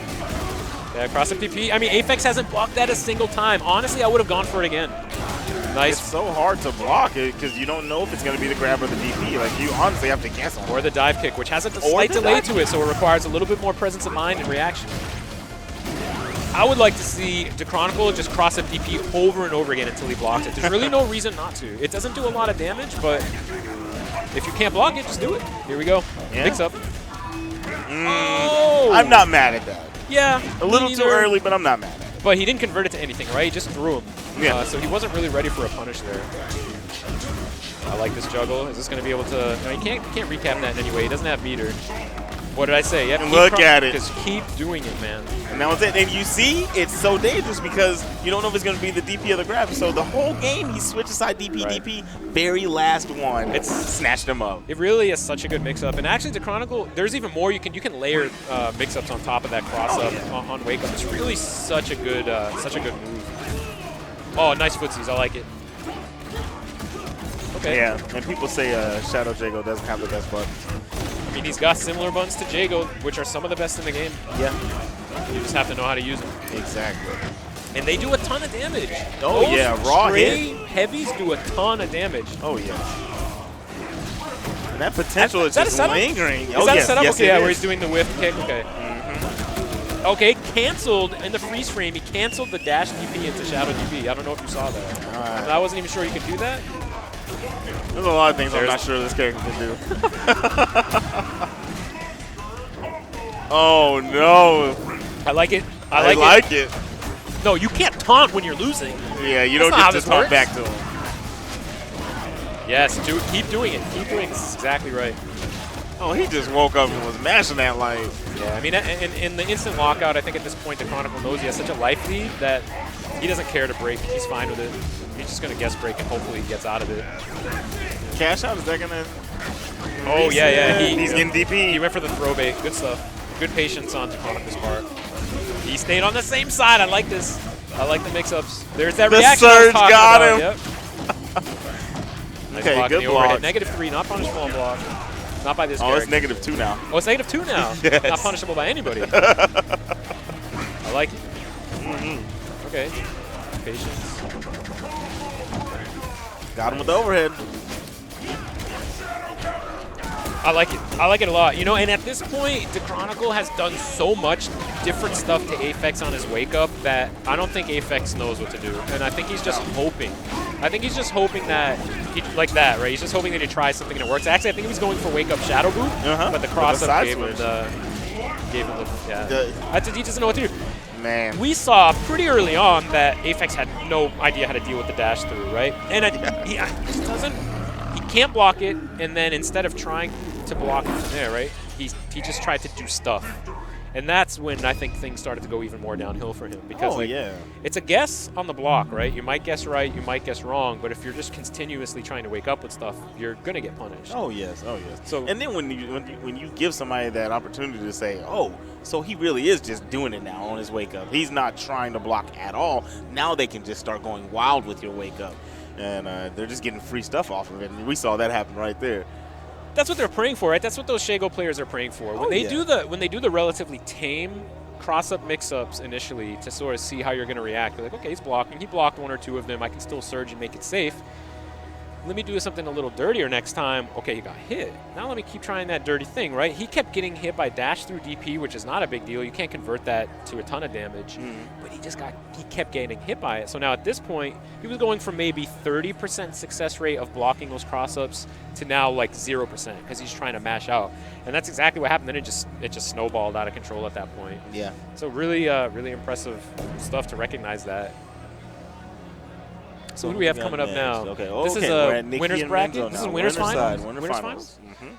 Nikki and Menzo. Man, Menzo in winner's finals is pretty crazy. Yeah. Pretty crazy. I like it though. I wonder, because you can't say he doesn't deserve it. Oh yeah, definitely not saying that. I mean, he's been playing since season 1. He's been grinding out the game. He's been through multiple characters. He finally found one that he likes. Yeah. So I mean, I'm sure he's ecstatic to be up there. I know how much he loves this game and how serious of a player he is, so I'm sure he's having a great time. Well, nothing could mean more to him than to win this match right here. Oh yeah, I mean, like, Nikki is a great player and has been doing really well, so I think anyone would be happy to beat him in any tournament, especially in winners finals of, I think he's definitely going to be happy if he wins this one. He's obviously going to go with Rash. I don't think he would go back to Glacius, as Glacius is probably a bit rusty. Plus, I think Rash would do way better in this matchup anyway. But no Mira from Nikki, which we've been seeing a lot of recently. And I wonder if that's a matchup thing, but he hasn't played Mira at all, right? Yeah. He hasn't played Mira at all in this top 8, so maybe he's just getting sick of Mira. Who knows? Instant pressure, and you know Nick. Oh, you know Nicky's breaking. You know Nicky's breaking. And you know he's going to be right 80% of the time. I know, right? What's the mix-up, cross-up? Nice block. Good blocks, but dropped the juggle. He needed, oh, the bait. That was pretty dang dangerous. There's the break again. If I come to find out that that was on purpose. Yeah, so you can see Nicky's throwing out plasma charge and neutral to stop the approach, but it wasn't there. Did that overhead just crush the low? I don't know, I missed that. I might be mistaken, There it is. but wow, Good call. what a Good read. call. Yeah, I mean, I felt that felt obvious. Optimal damage here. Good stuff. Goes for, you know, takes instinct, takes the opportunity, doesn't want to put himself in a situation where he doesn't get too instinct, just in case he gets opened up. Gets the reactor spinning a bit better. I like the choice. Okay, good job. Nice. Yeah, I respect it. Drops a combo though. I'm not sure if that was a reset or probably a reset. Wants to make up the life deficit. Yeah, not a bad choice to go through the do the shadow plasma charge to get through the bite. It is technically considered a projectile. Same side, yep, overhead. Yeah, if Rash is riding the bike, it's a physical attack, and then if it's loose by itself, it's a projectile, right? Good matchup knowledge there. I mean, this is going very bad for Menzo. And he hits him with the ultimate after some wild gameplay there. I mean, honestly, in all honesty, Nicky really didn't do much there. Nicky just played kind of crazy. Yeah, honestly, I feel like I started talking about plasma charge for 2 seconds, and then all of a sudden Menzo was in that red health bar, and I'm like, I'm not entirely sure what happened there. But look at Nicky! Oh my gosh! He looks a little like Weird Al there, doesn't he? He's kind of like a Weird Al vibe. Yeah. With the Buckeyes right there. Yeah. Menzo is like, I'm not sure. I'm not sure what Menzo's thinking right now. I think he's just gonna pick Rash and go more nuts. And honestly, I think that should be his game plan. Yeah, because one thing that I think that Nicky was doing there, when I say Nicky was playing crazy, I think that was one of those things where you go, all right, I'm going to play you crazy so you calm down, and then I'm going to play you crazy. Yeah. You know? And that is like Nicky's strategy a lot of the time. Yeah. Lots of wake-up DPs. You see it early, and then he like stops, right? And then you start respecting. And you can't let yourself get conditioned like that because he plays really good characters, and if you start giving them space, you're just going to let yourself get mixed. You don't want that. So Menzo is definitely like, it's hard to condition Menzo to stop breaking. And yeah, I don't know if that's going to happen. Oh my goodness. Yeah, what are we, 6 counter breakers deep 10 seconds in the game? Yeah, I like the patience there to go for the grab reset, but Menzo jumped out. Oh wow. Good, optimizing the damage. Gets the corner carry, he's going to get a mix up here. No, he's a little too far away. I honestly thought that combo was going to blow out. Yeah, see, this is what I'm talking about. I think Menzo was playing it safe there when I think he should just gone for a mix-up. Yeah. He got the hit, though. Good confirm. This is a good opportunity here to get some stuff out. Yeah, good lockout. Good stuff. Yeah, I was afraid he was going to go for another reset attempt there, like he did the last time, but I'm glad to see that he confirmed, got the lockout and ended the life bar. It's a good spot for him right here. You know, he got caught. Yeah, I told you. He's one more car. He did it. He's not going to stop breaking. That is a really strong instinct, but if you know your spots and you have a projectile invincible move, you can punish Rash on it. Yeah. I think Nicky is definitely showing that he's done that homework. Corner carry. Okay, I like that he tried to continue that combo there. But it was a really good break by Nicky. Stopped it all. Now the corners are switched. Yeah, he keeps going for the overhead. Oh, wow. It's a really tough spot against Fulgor. He backs out. He's afraid of the instinct cancel wake up, yeah. Nice patience in defense on Nicky's part. Oh, good sweep. Overhead again, yeah. This could be it. Yeah. Yeah, so it's an interesting thing when your player stays like a mix-up ahead of you, right? So Nicky's in the corner and he's overheaded you 3 times. What are you going to do? Are you going to block high or are you expecting the low to come, right? Exactly. I think Nicky identified quickly there that Menzo was trying to stay a step ahead, but Nicky was actually like a mix-up ahead there, and it was overhead every time. That really worked out for him, and that overhead is a heavy button. Does a lot of raw damage initially. You can cancel it to an unbreakable shadow. That's a tough spot, man. The low laser, so you go 50-50 immediately. That is a tough spot to be in. And Menzo's, you know, he's like, I think he doesn't look mentally defeated. He just looks like he doesn't know what the hell to do. He just looks like, oh, full gore. That's what he looks like right now. He's taking some time. Yeah. He's thinking about it. I'm not sure. I'm honestly not sure what he thinks to do. I think beyond characters and tool sets and matchups, I think he's just being outclassed as a player at this point. Yeah. It's kind of what it's looking like. And Nicky is the smuggest he's ever been. Oh, yeah. He's like, can we just get this over with so I can go play Injustice? Yeah, exactly. Exactly. All right, what's the mix-up? Yeah, he missed the timing there, so it was pretty easy to block. Corner carry again. Let's see a lot of lows this time, probably. Good stuff. Yeah, wow. that's good awareness of the tongue not being plus on block and counter poking. He's getting out of there. He's done that pretty. Got to get out of there now. He's done that pretty consistently on Menzo's wake up when he has instinct. Just give him some space, let him wake up with it. I mean, that's another characteristic of a super like a high level player versus just a high level player in this game is baiting or knowing that the instinct activation is coming and not respecting it at all. That's sort of like the next level. But Menzo just always activating immediately. Yeah, good jump out. That's the break. This is the point where Nicky's psychic breaks are probably messing with your head so much that you just don't know what to do when you open a combo. Exactly. Like he's been broken on every single thing, and I guarantee when he does go for that counter breaker, Nicky's not gonna break. Yep, and you're gonna, a lot of people will call it random. A lot of people will say it's just guessing. But look, man, it's a read like anything else in the game, right? If I broke your medium the first time, you might cycle to the heavy. I'm gonna guess break heavy, right? It's a read like anything else. I like that you said that, Paul. Yeah, I mean, maybe people will listen now that it comes from Paul, because I say that all the time. Yeah, I mean, it's frustrating to be broken, right? And I'm not talking about, there's not much to be said there. I think, like we said, I think just Menzo was a bit outclassed there. Not to say he's not a good player, he's a great player. I mean, this is winners finals, right? So he still has an opportunity in Louisiana. Nicky being smug. Yeah. But I don't think there was much Menzo could figure out in that last game to overcome the difference in the player capability at that point. But yeah, talking about the combo breakers, like, a lot of people will get, when you're in that situation, you're being broken over and over, and it seems like a guess because it's relatively like frame one. It's frustrating, and you want to criticize the game or you want to criticize the player for doing that. But look, man, it's a read like anything else, Yeah. And it's also situational. You can read the odds, right?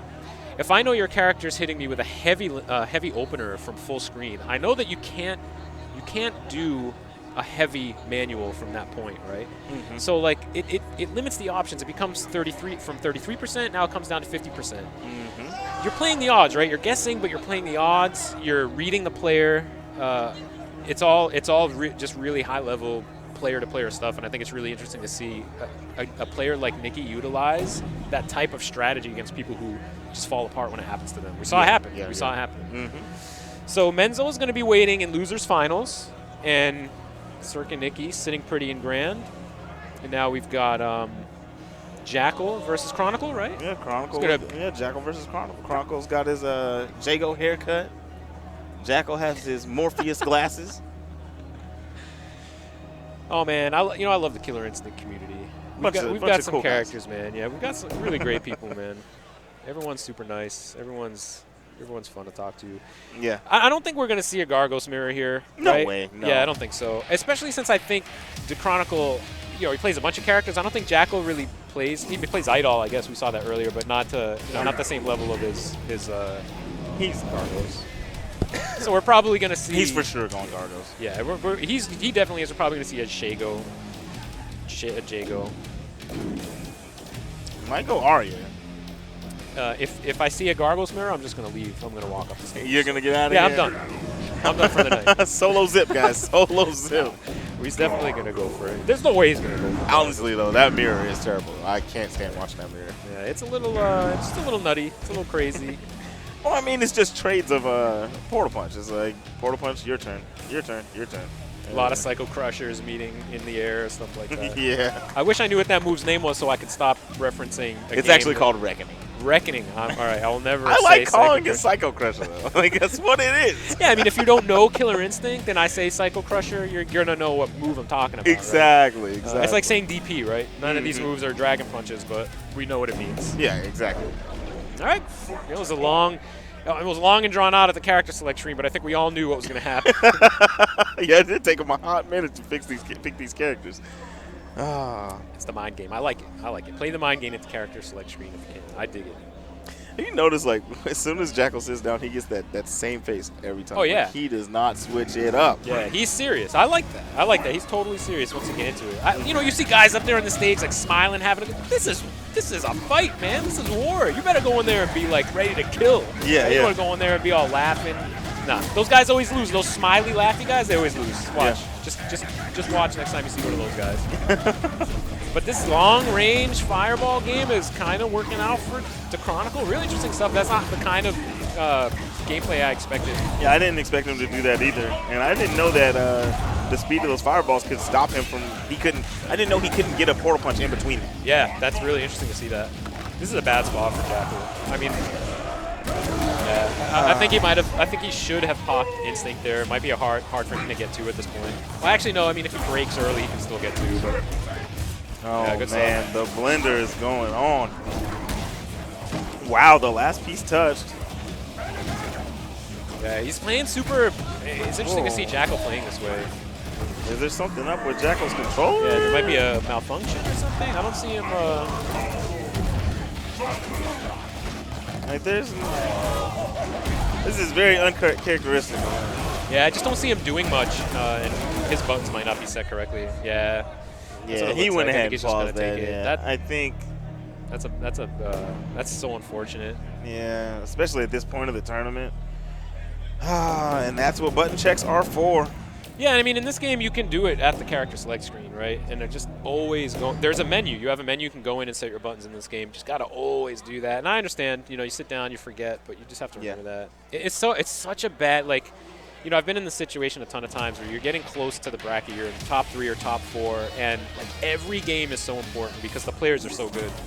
And, the first games can be toss-ups sometimes and a lot of, like, data collection.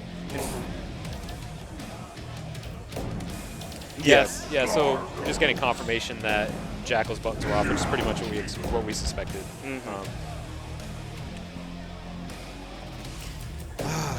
That is very unfortunate. Yeah, I mean, like I was saying, right, every game counts against players like this, and to give one up like that is putting yourself behind so much because now you're... less adjustment time. Yeah, you have a lot less time to adjust and to play games, like maybe potentially pick a different character. You've lost that cushion. Yeah. Luckily, this is 3 out of 5. In 2 out of 3, that puts even more pressure on you. Oh, yeah. It puts it immediately to do or die.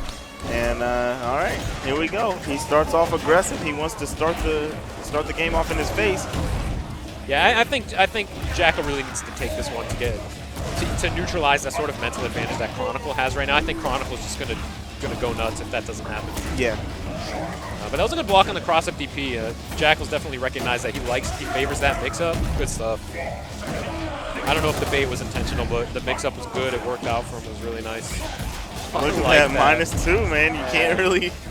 A lot of players like to try to grab when the other guy's -2 or -3. In this game, invincible backdashes and whatnot. Yeah. Put you at a loss.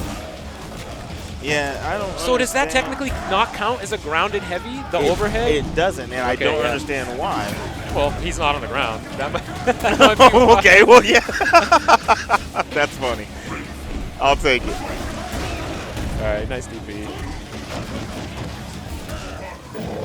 That's a misinput. Misinput. Oh, he got out. That was not. I think he might have mistook that for a command grab animation or something like that. There's no recovery. There's really no recovery on that. No. That's a command move, right, for the minion, I think? Yeah, I'm not a Gargos player, so I think that's what it is. That's exactly what it is, though. Yeah, Chronicle's good. Chronicle's sitting pretty. He's got meter. He's got enough to do a mix-up and keep it safe. I don't think he needs to do anything nuts here, but he did do something nuts. And it's awesome. He just threw it out. Yeah. But, I mean, it was one of those moments like, hey, he's already taken so much health off. It's like, he could risk it. Yeah, if he had done something and caught him, it would have been really even bigger, right? He has a good advantage now, but if he had caught him, it would have been really big. So I guess the risk was relatively low in the long run. Exactly. All right, Jackal is right on the brink of instinct. He doesn't have it yet. Now he's got it. Okay.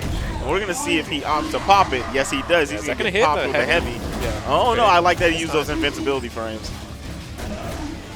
And that has upper body invincibility, right? Is that why that works? Oh, no. When he's leaving the ground, he's completely invincible. He's completely invincible? Oh, yeah. Is that new? No. Okay. Okay. This is not good. This is not good. This switched around on the Chronicle. Oh, wow. That hurt a lot worse than I thought it was going to. This is getting close to chip range. That's a punish. That should have been a punish right there with Shadow Portal punch. But I mean, yeah, chip anything at that point. Yeah. Would have done it. So I mean, this is really good for Jackal to come back from a loss with poorly mapped, incorrectly mapped buns. Yeah. He needed that. He needed that to sort of equalize That's exactly what he And it's needed. good that he seems to have a pretty good control of the player matchup as well. So. He's nice and calm, and I don't think that hurt him too bad to lose that game. It could have hurt really bad. Yeah, maybe a more inexperienced player would have, broken down a little bit that second game. Some people just can't handle that sort of, like mental pressure in situations like that. Yeah. But he's got the stone face, man. He's doing it. Stone face, Gargos with the stone skin. Oh. Okay, that was a good break. Yep. We saw this avalanche pretty quickly against Chronicle last game too, so we might see the same thing again here. Is that a punish? There's got to be a punish coming out of this somewhere. But he took a pretty good amount of damage from that. Yeah, he tried to make him pop it. I like the idea from both players. He didn't go for it. Yeah. Chronicle was like trying to force him to go for it. Again, like if you're not familiar with the game, it looks a little scrambly, but every situation is pretty calculated, and there was like a pretty good reason each of the players did what they did in that situation. A lot of good game and character knowledge. Full light combo, I like it. I like the DP just to get some hits on the minions. Yeah, I like it. He's at a life man, good cancel there. Keep it safe. Oh, wow. That instant lockout, he's done that so much throughout this top 8. I really would like to see him stop that from the jump ins. All right, we got things equaled out. We got a minion on the screen. Shago has meter, which means he has options. Okay, that was a nice trade. Let's see what we got here. Good blocks by Jackal. Yeah, and I think that's good recognition there. You saw him after the pizza cutter. He did crouch jab, right? That move is not always plus. Right. If you press it on the way up, you definitely need to be, and you block that, you need to be counter focused. Do not take that mix up. Chronicle. Light breaks are on point right now. And the mix-ups are like real, the mix-up but and a the good shadow block, counter was even better. I like it. This is good. Getting damage, yeah. It's good damage. Still got the minion out. He's close to bringing out a second one here. He might do that now. No, he's going to go for the Shadow Portal Punch. This is as strong as I've seen Jackal play this whole tournament. He's being very aggressive, non-stop. You haven't seen him really, wake up from a trade situation and just sit. Yeah. He establishes what he wants and he keeps it going. Yep. And that is a punish. That is going to equalize things a bit, but Jackal's got instinct. He's got stone skin, but if he makes the wrong decision here, okay. Oh, was he going to get a backdash? No, he can't get it. Gargos. Yeah, I feel like he should have went for like a spaced heavy punch, and then I think that's a little more even on whiff. That he's a little more safe on that, and he could have maybe backdashed before Gargos came down. Yeah, and I'm surprised he wasn't ready for it because that's the go-to for Gargos players when they have instinct and they want to get the advantage. Yeah, and I mean, and Shago has such good movement that would have been pretty easy to avoid letting him get the cancel and punish him. But it's a tournament. They're getting late into the bracket. It's not surprising to see certain decisions not being optimal. Oh, that was really good. Yeah. Very good with punish, but Chronicle back at it. Got him in that corner. I like it. Tried to hit him with a double side switch on the wake up. He's going to cash out here? Yeah, he's got to get that damage. It's going to be another cross-up mix. No, he stays on the same side. It's going to be a grab. He's off the ground. Yep. So this is going to be a punish. The armor is going to work.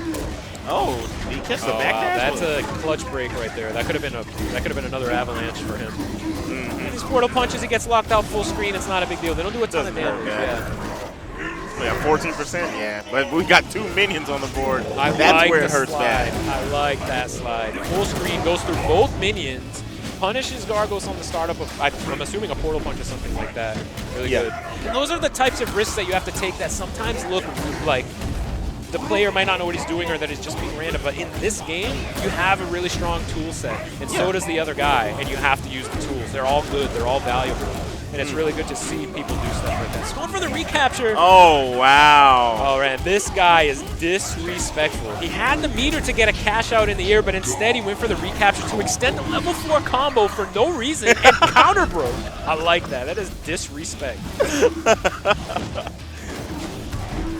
Oh, okay, so Jackal's going to have to put on a lot right now to get this comeback. Yeah, you know what? No instinct. He's only got one minion. I'm not really seeing low it on happen meter. here. Yeah, I mean, at any point he can knock that minion out with, yeah, it's really not going to work. That was a good DP by Gargos. That was really good decision making right there. Yeah. I like what Jackal's doing. I like the way he's playing. I think in the past, Jack, when he was relatively new, he had problems with defense, but he doesn't seem to have those problems. He did a little earlier in the bracket, but right now he seems to be solid. Especially blocking Shadow Jago is not easy. He seems to be he's holding it together. He's holding it together. It can be overwhelming. I mean, you see he's just flying all over the place. Left, right mix up, grab mix up, meaty on the same side. It can be hard, but he's dealing with it really well. I like his use of the crouching heavy punch. He'll catch a jump. You know, a very good meaty. Okay. Some footsies in there. Counterfold. Keeps it short. I think he messed up there. He obviously wouldn't want to trade up that corner position, but no. Nice. The grab actually hits the minion. That was really lucky. Otherwise, the minion probably would have hit him out of the extension here. Oh, yeah, no. He went for it that time, but he still got hit. Yeah, he should have gone forward. Nice grab. Wow, grabbed on his wake up. Those are really your only two options when Gargos has Stone Skin, is to grab him or beating him with a heavy button. He cannot block that heavy button when he has the Stone Skin, but he can break. He does get a free break if you manage to get a hit on him when he's in that state. Good awareness with the DP, but he still got punished. Jackal stays light with a lot of his combos. Yeah, he does. I think he definitely prefers the mix-ups over trying to get the damage. Yeah. And I mean, for Shadow Jago, it's hard to build that damage. It can be hard to build that damage if you don't know really optimal stuff. Yeah. And in just traditional combos in this game, it can be difficult to build that meter. So I understand it. Yeah, he's so elusive. But see, this is how he's doing, right? After 2 or 3 dropped combos, you're in a level 4, right? And that's where you get the good cash outs. Nice meter gain along with it. That's a really great. That was good. Yeah, that's what I like to call the juice is loose. And he put it on. And so Chronicle's going to stay on, and he's going against Menzo, right? Menzo, yeah, who's sitting in Losers Finals. This is Losers Finals now, I believe. You know, that's got to be a pretty challenging matchup for Gargos.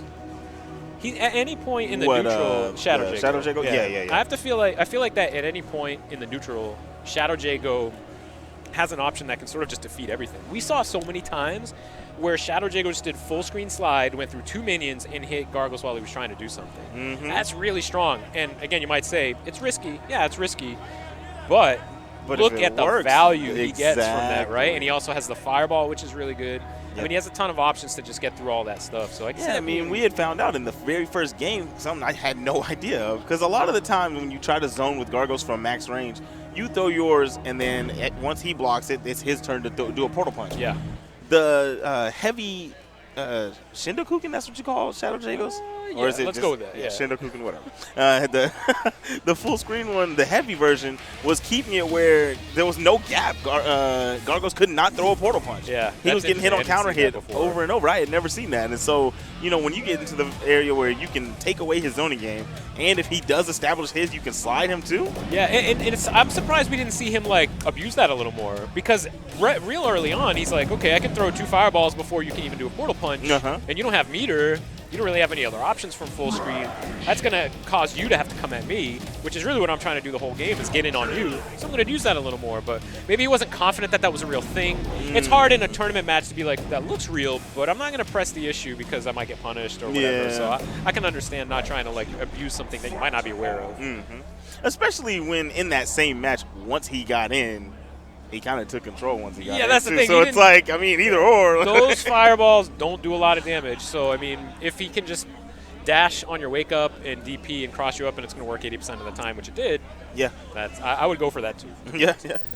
So here we go. We've got the Chronicle, and this is Losers Finals versus Menzo. He's going with the standard Jago, the non-shadow version. So there we go. Flip outs, which he wasn't making use of when he played against Apex, right? And now I'd like to see that a little more. But I was going to say, wow. Good. Okay, Yeah, that's what you need to do in this matchup. Maybe not spend the meter, but in fact, he probably would have got more damage if he had to spend the meter. Those raw, heavy DPs from Jago do so much on counter hit. So much on counter. It's ridiculous. Look, he's got Menzo calm. What does he hit him with other than DPs? Yeah, it's punish. Yeah. So as good as that instinct is, if you misuse it, you can get punished. This is looking pretty a good one-sided. try. Yeah, this is. Oh That's my good. goodness! I'm not sure that's really like. I don't think that was real. I don't think you can do forward roundhouse with Jago when you block tongue, but let's wait to see if he gets punished. If he does that again, yeah. Man, good like decision making there. Good spacing. I don't understand. I feel like that's the second grab that was in place, but it whipped. He's got a read on the types of combos that Menzo likes to do, and he's going to break it. He goes for the pretty obvious reset here, but Menzo didn't pick up on it. Yeah, that's on reaction. That's on reaction. I like it. If you hadn't committed to a button yet and you see a shadow move like that freeze, you can just DP on reaction.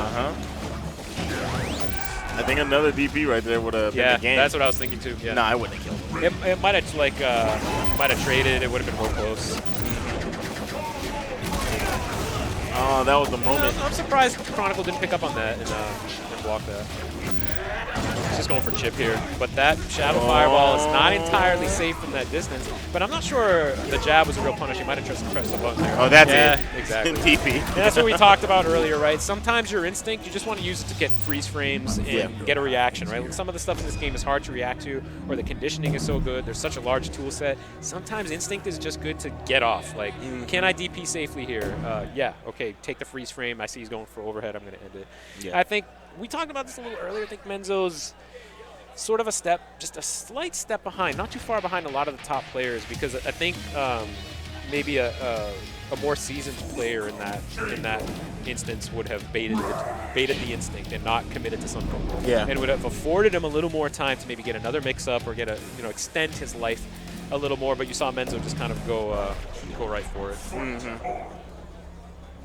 A fairly negative overhead too, so even if he got blocked, he was going to eat something. So. Yeah, it generally needs to be canceled into like a safe special or Ram's head or something like that. Which can be shadow countered.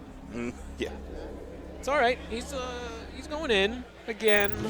I'd like to see maybe a little more craziness. I want to see craziness. I think that's what he needs to do. But he got punished on all those tongue approaches. Exactly. So he might not know how to approach at this point. Maybe ground base might be better. But this is a good start. He's got him in the corner. I'm not sure. He's probably trying to go for DP and not fireball there. But he got stuffed. Nice backdash. That was a good trade from. Oh yeah. Wow. Look, good patience there. He's expecting the shadow wake up. Yeah, no break. Okay, so now we're going to get some health back. Okay. I like it. Keep it short. Okay, he didn't throw the shadow fireball then. Probably just dropped it. There is a little bit of an adjustment going from online to offline in this game. Yeah. Even though the netcode in this game is the best in any fighting game there's ever been, except maybe Skullgirls, there is still a little bit of a frame difference in terms of input delay going on and offline, and we see some players run into issues with that sometimes. Yeah. All right, so Menzo is holding his own right now. Doing a good job. If he would have saw that lockout, he could have got him a good bit more off that. Oh, very good job. Going straight through that fireball. He's got him right where he wants him. Didn't have to drag that combo. I think he could have just got the wall splat and kept the blender going. Yeah, and I think Chronicle's really scared of a counter break right now.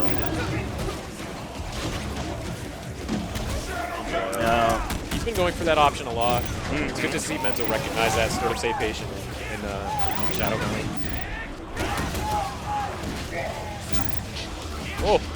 Oh, too much respect. Too much respect. I've never seen Chronicle use so many shadow DPs in neutral. Yeah, I don't know what that is. I don't know if it's I don't know if he's just like panicking a little bit and maybe hitting two buttons at the same time, or sometimes maybe a just normal DP shadow fireball. Yeah, I don't know. Maybe he's trying to do DP shadow fireball cancel. I don't really know what the game plan is there. Most of these situations, I think just the DP would do it. Yeah. But I mean, he's making a comeback here. No break, yeah. I didn't think we were going to see one. I didn't believe it. He goes for the Shadow Boots. No, he did it. Oh, and it still got him. Oh. That was really good, though. Not mad at the idea. I respect it. I mean, I think actually the only thing there, if you get a read on the instinct activation as Jago, I think you can time a Shadow Wind Kick to go through the bike and hit him on his landing frames, because you know how he does the bike and then he jumps back, Rash? So if you time that correctly and you bait the instinct activation, you can do Shadow Wind Kick, go through the bike, and hit Rash as he's coming down. But I guess maybe he's not aware of that, or maybe didn't believe in it, so he just went for the Shadow DP. I've never tried that. I'm gonna have to take you up on that offer. Yeah, especially if a character like Wolf has a Shadow recapture. That's what I use a lot when I bait raw instinct activation from Rash players. Right, bike's gonna come out, he's gonna loop back. You just do Shadow leaping slash, and it catches him on the jump back every time, and you get a full combo. So like we were saying, right, it's a good instinct. It's really strong, but there are opportunities to just raw punish it if you know how to do that. Yeah, yeah. Or if you react to what the guy's going for. Yeah. Yeah. All right, so we got that's 1-1 on the board. That's 1-1, yep. And we've Okay. got a switch to Shago from Chronicle. And this is the same thing he did last time. As soon as he took that one loss with Jago against Apex, he switched over and had a pretty dominant showing, actually. Yeah, it's interesting because normally I would say don't switch. You're doing okay, you've already won a game, why are you switching, right? Yeah. But the switch from slow, calculated, footsie-type style play to this crazy mix-up style might just be too much for some people to adjust, you know? And that's exactly what we're seeing. But this kind of play is where Menzo was born. Yep, this is what Menzo likes to do. It's going to be a DP. I'm not sure about the meter. I'm not sure why he keeps going for that. Because it's done regular DP. Well, isn't it because I was wondering that last time when he was playing Apex. Now, isn't that because the move is already out and it's meaty, so yeah, the but startup frames of the DP? The DP has invincibility on frame 0, right? Gotcha. So you could just do the regular DP. I think what he's really trying to go for is some kind of cancel or some kind of funky tech or something like that, and it's not panning out. Or maybe not. Maybe he's just okay spending the meter. Yeah. There's that mix-up again. We haven't seen that work. What was that? Is that tech? Yeah. It's a little fidget they can do with the bike. I like it. But yeah, he hasn't. That like slide under tech worked for a few times, like a few games ago, but no one's really getting hit by that anymore. I'd like to see him just do cross-up DP until it stops working. Yeah. Oh, nice overhead. We hadn't seen that for a while. Yeah, Menzo likes lights. Yes, he does. Chronicle's been breaking those for He's breaking them all 3 day. games now. Making That's use of that punish. heavy kick.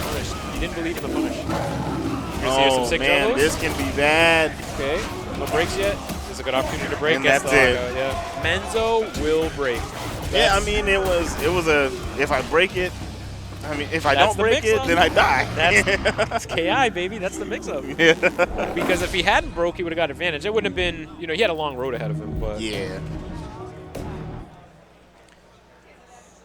Yeah, that was do or die, man. that was pretty quick. That's what I'm saying, man. That was a quick game. That's why in the first game, in the first match, I mean, even though he ended up winning round 1, I didn't understand why he picked Jago when, yeah, it's a different player, but it's still Rash, and he dominated Apex, so why not just stick with what you were doing? Yeah. Though I think that was largely player-based, right? He dismantled Apex as a player in that game with the cross-ups, right? Yeah. You're starting fresh with Menzo. You don't know if you have that, right? So you have to establish that first. So maybe that's why. I think Jago out of the gate against a character like Rash, right? Rash is going to hit you a ton. Yeah. Jago doesn't need to hit you a ton because he does a good amount of damage, and he gets his health back, right? So I think that's maybe the idea, right? Both of these characters are sort of like death by 1,000 cuts. I mean, they can do big damage in certain situations, but in your common situation, it's low damage. So I think maybe that's what Chronicle is going for. But he's favoring the mix-ups now. And he really didn't need that, and I like the no-break attempt on that. Very good defense against that button, man. Yeah. Yep, that's what you need to do against that character. There it is again, yep. Good reaction. It's Hard. really hard for a lot of players to do. Nice block on the overhead. He was obviously pressing buttons there. Oh, yeah, that is only -2. Yeah. All right, got the hard knockdown. What are we going to get? Yeah, just trying to get out of the corner there. It worked out for me. Menzo didn't get a strong punish. Nice mix-up. He thought he was going for the overhead again. And he's going to get the health gauge. Around. All right, still sitting pretty heavy on the health. Almost got Instinct opened up. Wall splat. What's the mix-up? Yeah, I like the short combo into the instinct activation, but he's definitely has to make this happen. I'm loving that DP bait. That's what he had did to Nikki earlier, and it got me a little hyped. That jump and then I like it. time. Yep. Yeah,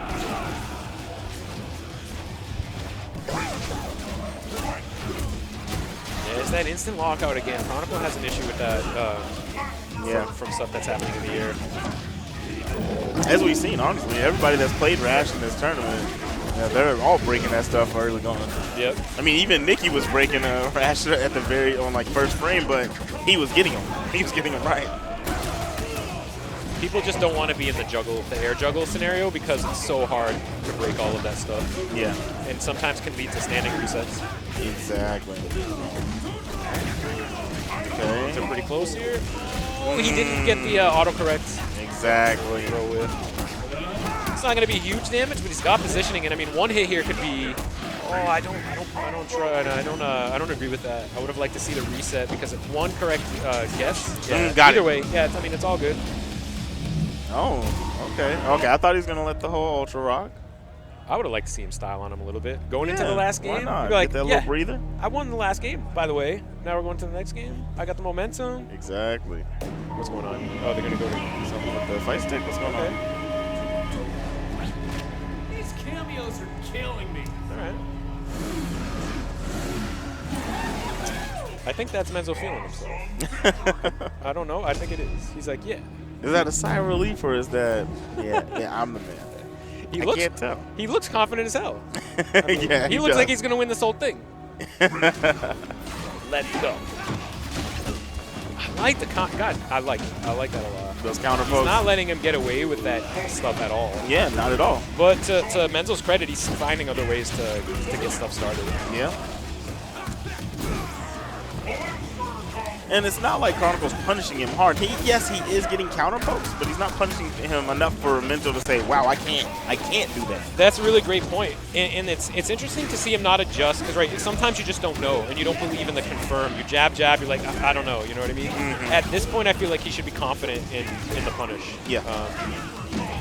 Because he's leaving a lot of damage on the table, not doing that. And this is good. They're going to be big for him. He made him waste that meter, but that combo gave Menzo a whole nother bar. That's a lot of meter gain. Wait, what are we getting here? Oh, okay, I like that. I like that. Menzo's probably gonna. Ooh, if there was no break, that was gonna be the round. Yeah, those lights are really. He needs to change his combos up a little bit. Yeah.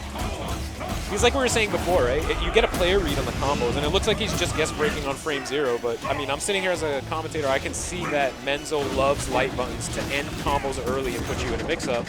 Why not just guess break on frame 0 that it's the light? He's gonna end the combo early anyway. So if you're right, you get the break. Yeah. And that's just him recognizing player tendencies. The mix-up worked that time. It's just sometimes it becomes a little bit too much reset. Yeah. Just take what you got. I mean, he lost about 7% potential damage there. Yeah, the interesting thing about those reset heavy play styles in this game especially is that it becomes a mix-up to not do that at one point. Exactly. Yeah, I think he's just trying to eke out a little bit of a life lead. I respect it. These throws I like that grab. in the corner are going to be tough, but he's got instinct. He's got lots of resources. He's got a lot of options here. Oh, wow. That's a really interesting anti-air. If he would have let that go and Love the counter pulls. Yep. Okay, what are we going to get? Save, but he can convert this. Is there going to be another break? No break. He doesn't trust. No! Did you really just sell your tournament life for that? You did. This is what I hate to see. We just talked about this. Yes, we just talked about this. Especially when it's 2-2. You don't lose anything if you get broken, right? You just get sent back to neutral, and he's not at such a life deficit where it's all or nothing. Yeah, I mean, it was a tied game. It was both, down to the brink. You've got it. Right. take it and run with it and let him make the mistake. And But this is what's so great about the combo system in this game. You know, it gets criticized sometimes. Oh, you're just guessing. Oh, it's you know, rock paper scissors, which doesn't even make sense, by the way. But what happens is then it comes back to you, right? It comes back to you in that, okay, he's guess breaking a ton. I'm going to counter break, but that's part of the mix-up. It's like I'm breaking so much that I've conditioned you at this final moment of the final game to counter break. And that's really a beautiful thing that you just don't see in a lot of other games, right? He has the advantage. He has the hit confirm. He's about to win, and he gives it all up on a read. yeah, on a read, a read that is made out of fear. Yeah, exactly. It's almost like a conditioning, right? He's almost been conditioned by the break so much that he didn't really think about it too much. He just kind of did it. He's like, I feel that there's a break coming, and I'm going to counter break. And that's where I think sometimes KI requires such like high-level thinking of, I'm in the combo and I have to stop and be very present of what I'm doing and not just react and not just act on my own instincts, but actually stop and think and like, don't let yourself counter break here, or don't let yourself break here because it could cost you the game. We've seen that, what, twice already? Where the whole set was lost to a failed counter break. They sell the whole set. Whole thing. And the risk reward is not in your favor. If you're wrong, you lose. If you're not wrong, you just get sent back to neutral. And there was no life. The life was pretty much even. But getting into the grand finals, man. Grand finals. There's the mirror pick. Oh, he finally did it. Saving it for the end. I don't know. Is that a Yoo-hoo? What's this guy drinking? I think that's one of those. It's a Red Bull. Oh, it's a Red Bull. Yeah. Oh, yeah. naturally. What's the yellow one? The citrus one? It's got to. Yeah, maybe lemon. That'd be kind of gross, right? Yeah, I don't know if that'd be good for Red Bull. I don't want a lemon river. That's disgusting. Citrus is fine. All right. So yeah, this is crazy. Menzo in grand finals. I mean, this is just nuts. This is something I don't think anybody would have expected to see, but he's here now. I like the early counter breaker attempts. They're both going for it. Yeah, with Mira, if you're right, you've almost won the game. Like the life lead at that point is so great. And if you're wrong, not a big deal against a character like Rash this early on. Yeah, especially with no meter, nothing's been established yet. I like Great it. counter breaker. Both of these guys are crazy breakers. They're psychic breakers. They're going to break until you make them stop, so I like it. We've seen like 4 counter breakers already. Good missed, and he's going to get that health back. See what the mix-up here is? Oh, he misses the recap, and that should be life bar. Throw a boot. Yeah, he didn't need to do any hits there. The bike is not breakable. Yeah, and the bike would have killed anyway. He didn't have to do anything. Shouldn't have gave him that chance. Oh, wow, that's interesting. Mix up, good block. I like this pressure. That was a real block streak. Oh, wow. So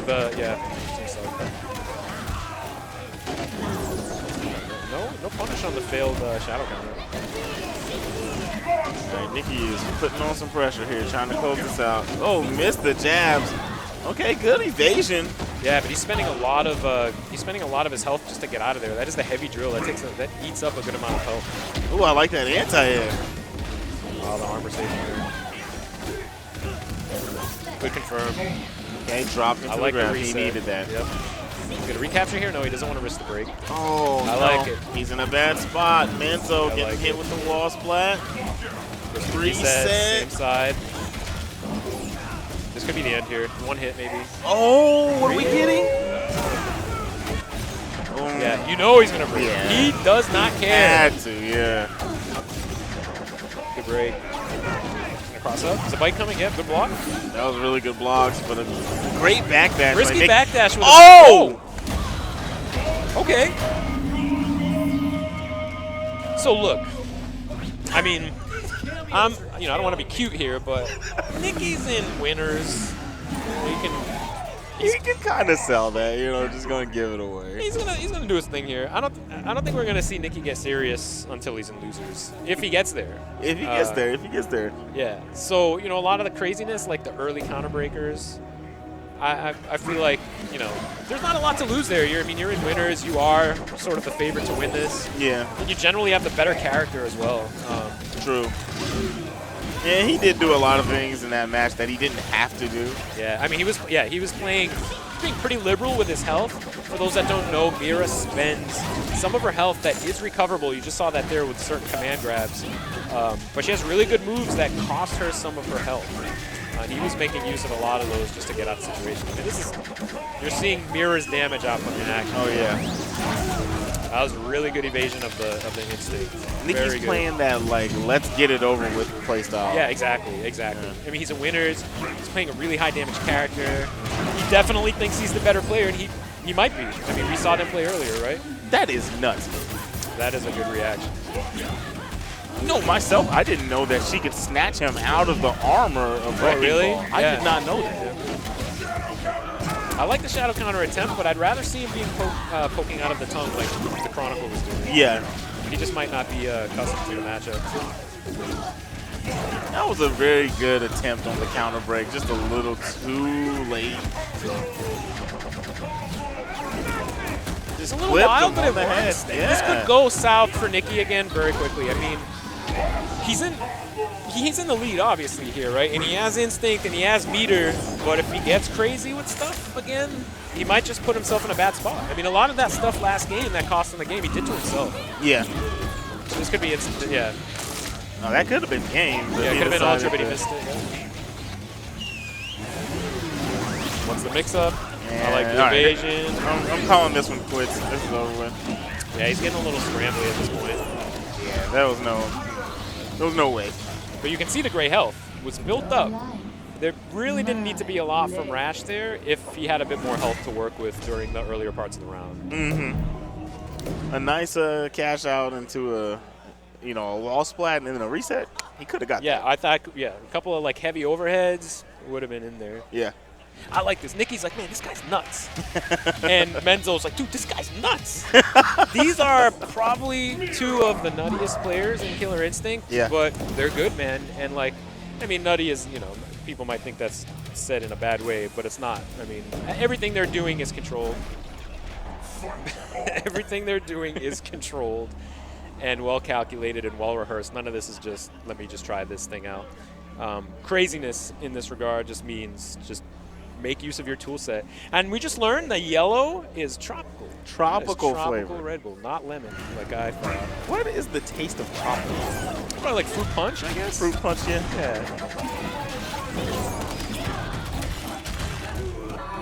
I like it. I like it. That, I was not mad at that. If he was right, man, that would have been a lot of damage. A counter breaker with Mira is like optimally 70 to 80%. 70 to 80 free. Okay, I like the pressure here. This is a tough spot. Mira can put you in some pretty nutty left-right mix-ups here if done correctly. I like the side switch. Yeah, I like that a lot. Good awareness. Rash really shines in the corner. When he's doing those combos and he just keeps it going, and he's already only going to get about 12 to 13%, just let it go. Yeah. Just end it and get your positioning that you already created for yourself. Yeah, exactly. All right, so here's the bike. Nicky has shown that he knows how to deal with it using Mist, but Mist is expensive when it comes to health. Yeah, that was a punish, but he missed it. Nice, got the mix up. He used that tech for you, Paul. Oh, the bike shimmy? Yeah. Oh, I love it. The fidget bike. I'll take it. Yeah. I'll take it. Yeah, and again, it's like we were saying earlier. I mean, I think Nicky is mostly doing this to himself, but I don't think he cares. He's sort of just having fun with it right now because he's in winners. The really interesting thing will be to see if he stops playing this way if the bracket gets reset. Yeah. Because right now, Menzo... What if the bracket gets reset and then he changes his playstyle and it causes him to lose a game? Yeah, right, exactly. That's what I'm saying is like if he doesn't. This is very one-sided. I don't think Nicky cares. I'm not sure he's taking it seriously or something. Or he's just having fun with it. Or maybe he's just never fought Rash before. Yeah, what if Rash is just blowing his mind right now? You can't just fight this character, right? You can't be a KI player and be like, I've never trained against this character. I don't know what to do. I don't know the frames. I don't know the tech. And just fight him and outplay. You can't. Yeah. Like, it doesn't work that way. You have to know. You've got to have some sort of matchup knowledge. But I personally think Mira loses to... Mira's generally a better character, like, tier list-wise, but I think she does kind of lose to Rash. I've heard people say that. I also kind of agree with that, having played Mira for a while. Because I mean, we saw Nicky do work with Fogel, right? So it might just be a matchup thing. Okay, I like it. Oh, no. That was a little I didn't like the crazy on Shadow the Ram's side. head. I didn't like that. Well, I think he thought he was going to throw bats on him after that cash out. But Yeah, but you can react to that. yeah, exactly. That's There's a lot of recovery on that projectile. That is not going to work. no, sir. Yeah, see, Nicky doesn't counter poke like the Chronicles. He relies more on shadow counters, which don't always work against Rash in that situation. Yeah. That was a good Hard punish knock on there. the raw heavy kick there. So shadow counter again, but yeah, no worries. Oh, this is confirmed. I like it. Oh, man. He said, this pressure ain't over yet, buddy.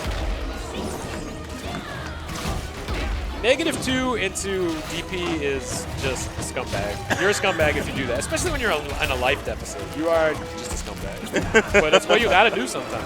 It makes Okay, sense, the man. mist is in. It's going to cause some potential damage if we can get it out again. Yeah, he's just trying to lock him down with the mist, or with the shadow bat so we can do this, but didn't get He it. didn't want any part of it. He jumps clean out of it and ate that bat, too. I like that I anti-air. am loving that anti-air. He's not getting anything out of it because it just recovers health, and he already had full health, but it just stops the option, which I really like. Yeah. I missed the shadow counter. Wow. That was a good poke. Yeah. But Menzo has a chance here. No, he Not gonna doesn't. get you. No opportunity for chip there. Is he going to do it? I knew it. Oh.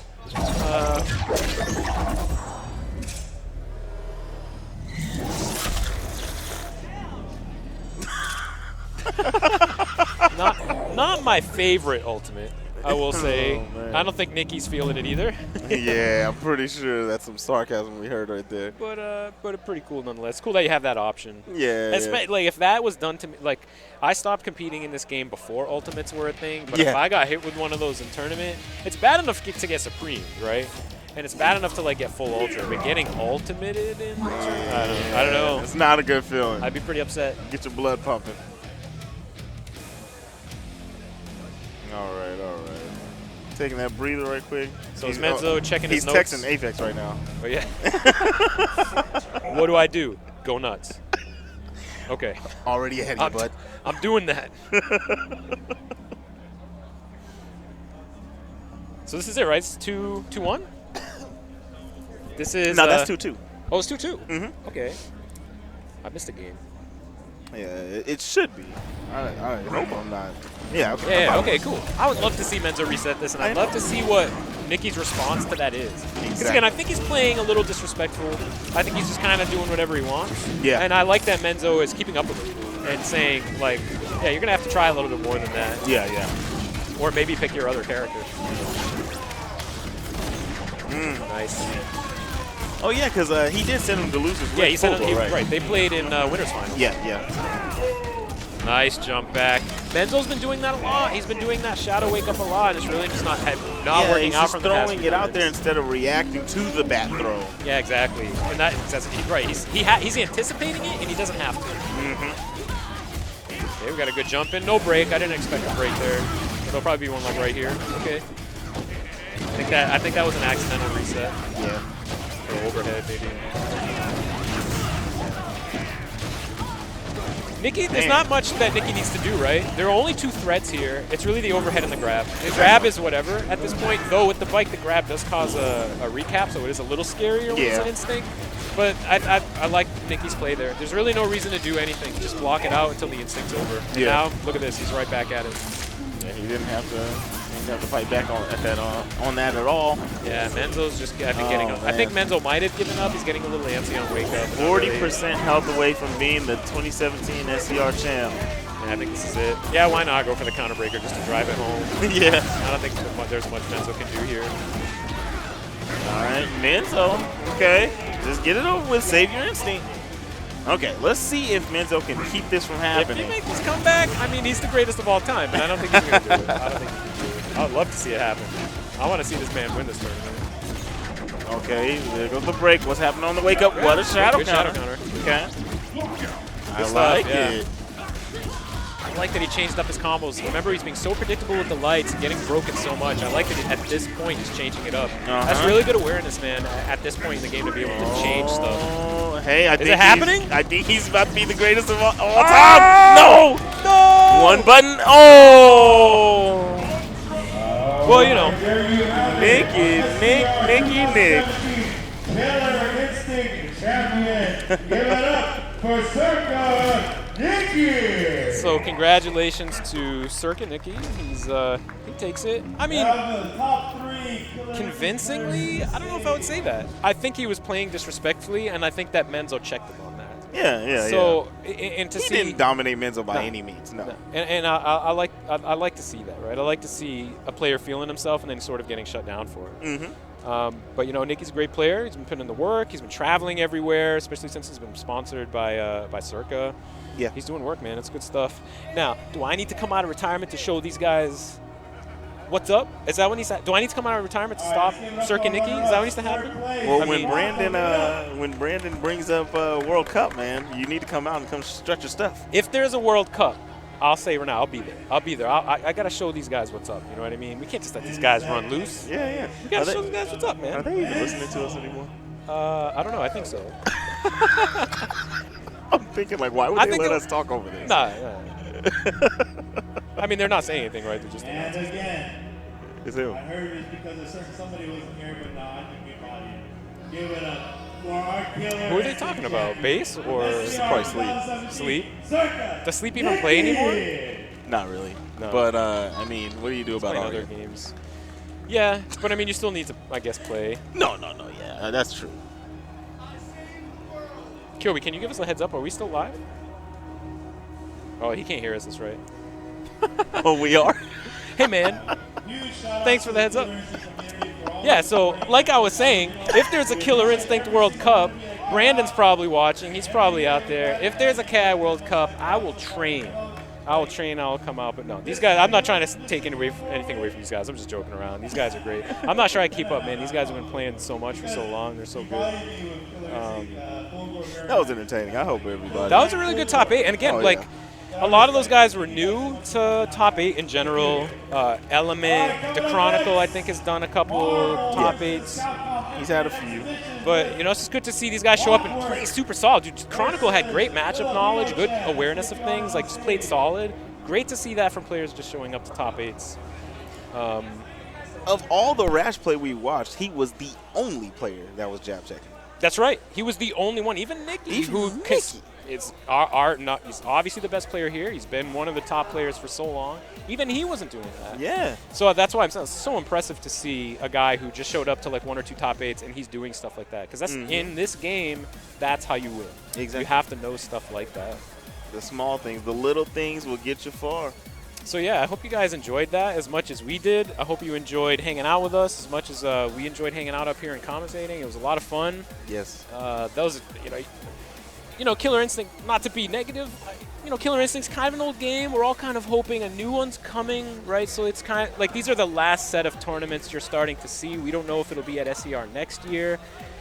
For me, as like somebody who used to compete in this game and as an avid watcher, it's really great to see this type of play this late in the game's life. Yeah. Because usually at this time, it's like people who maybe aren't so good because all the top players stop playing. But these guys are good. These guys are so good, coming out with all sorts of characters, right? I mean, we saw some repetition. We saw a couple Rashes, a couple Gargoses, but like people are in this game. People just pick who they want to play. Exactly. I think that's one of the best things about Killer Yes. Instinct. You don't have to conform to a tier. You pick who you want to play because everyone's viable. Yep, it's one of those games where it's so cool. It's one of those games where you have the freedom to just do what you want. You want to play who you want. You want to play how you want.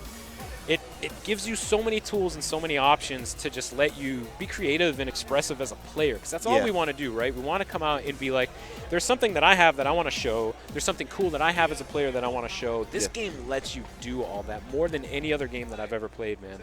And I think because of that, this franchise has a really bright future. If you didn't play the current iteration of the game and there's a new one that comes out, try it out, man. It was free this time around. Try it out next time. I can guarantee you if you put a little time into this game, it will become your favorite game. Easy. Especially if you don't like the style of other games where you don't get so much of an option to play and be expressive and be creative. Yeah. This game will give you everything you want to do. So yeah, check it out. Yeah, buddy. And okay, so yeah. Next up we're gonna have Marvel versus Capcom Infinite. And are we still in pools on that? Exhibitions. Exhibitions coming up excitement. for Marvel. That's going to be really interesting to watch. Great game also. I think that's another great game that's come out that, maybe a little ugly in the face, but Yeah. it's a lot of fun to play. But that's another one, as you were talking about freedom. That game gives Yes. you the freedom to play as a player. I mean, man, Yeah. if you watched any of the people play, you'll see that for the most part, nobody's playing alike, even if they're playing the same character. That game. It's early is still, so wide you're open. obviously going to see a lot of discovery. Yeah. But when I play, I don't feel like I'm locked into the way the game wants me to play. I kind of just do what I want. I'm like, all right, I'm going to do this super that's unsafe. I'm going to tag, try to get a mix-up, tag again. I don't know, do whatever I want. Do right? whatever I want. So I think that's really cool. I think more games need to do stuff like that and let the player underneath shine, because that's all we really want. So this is Marvel coming up. I'm Paul B. It's been a lot of fun hanging out with you. It's Zipstar So, of yeah. Team Body Bags. We will see you guys next time. Holla at us on Twitter, man. Y'all have a good night. Later, guys.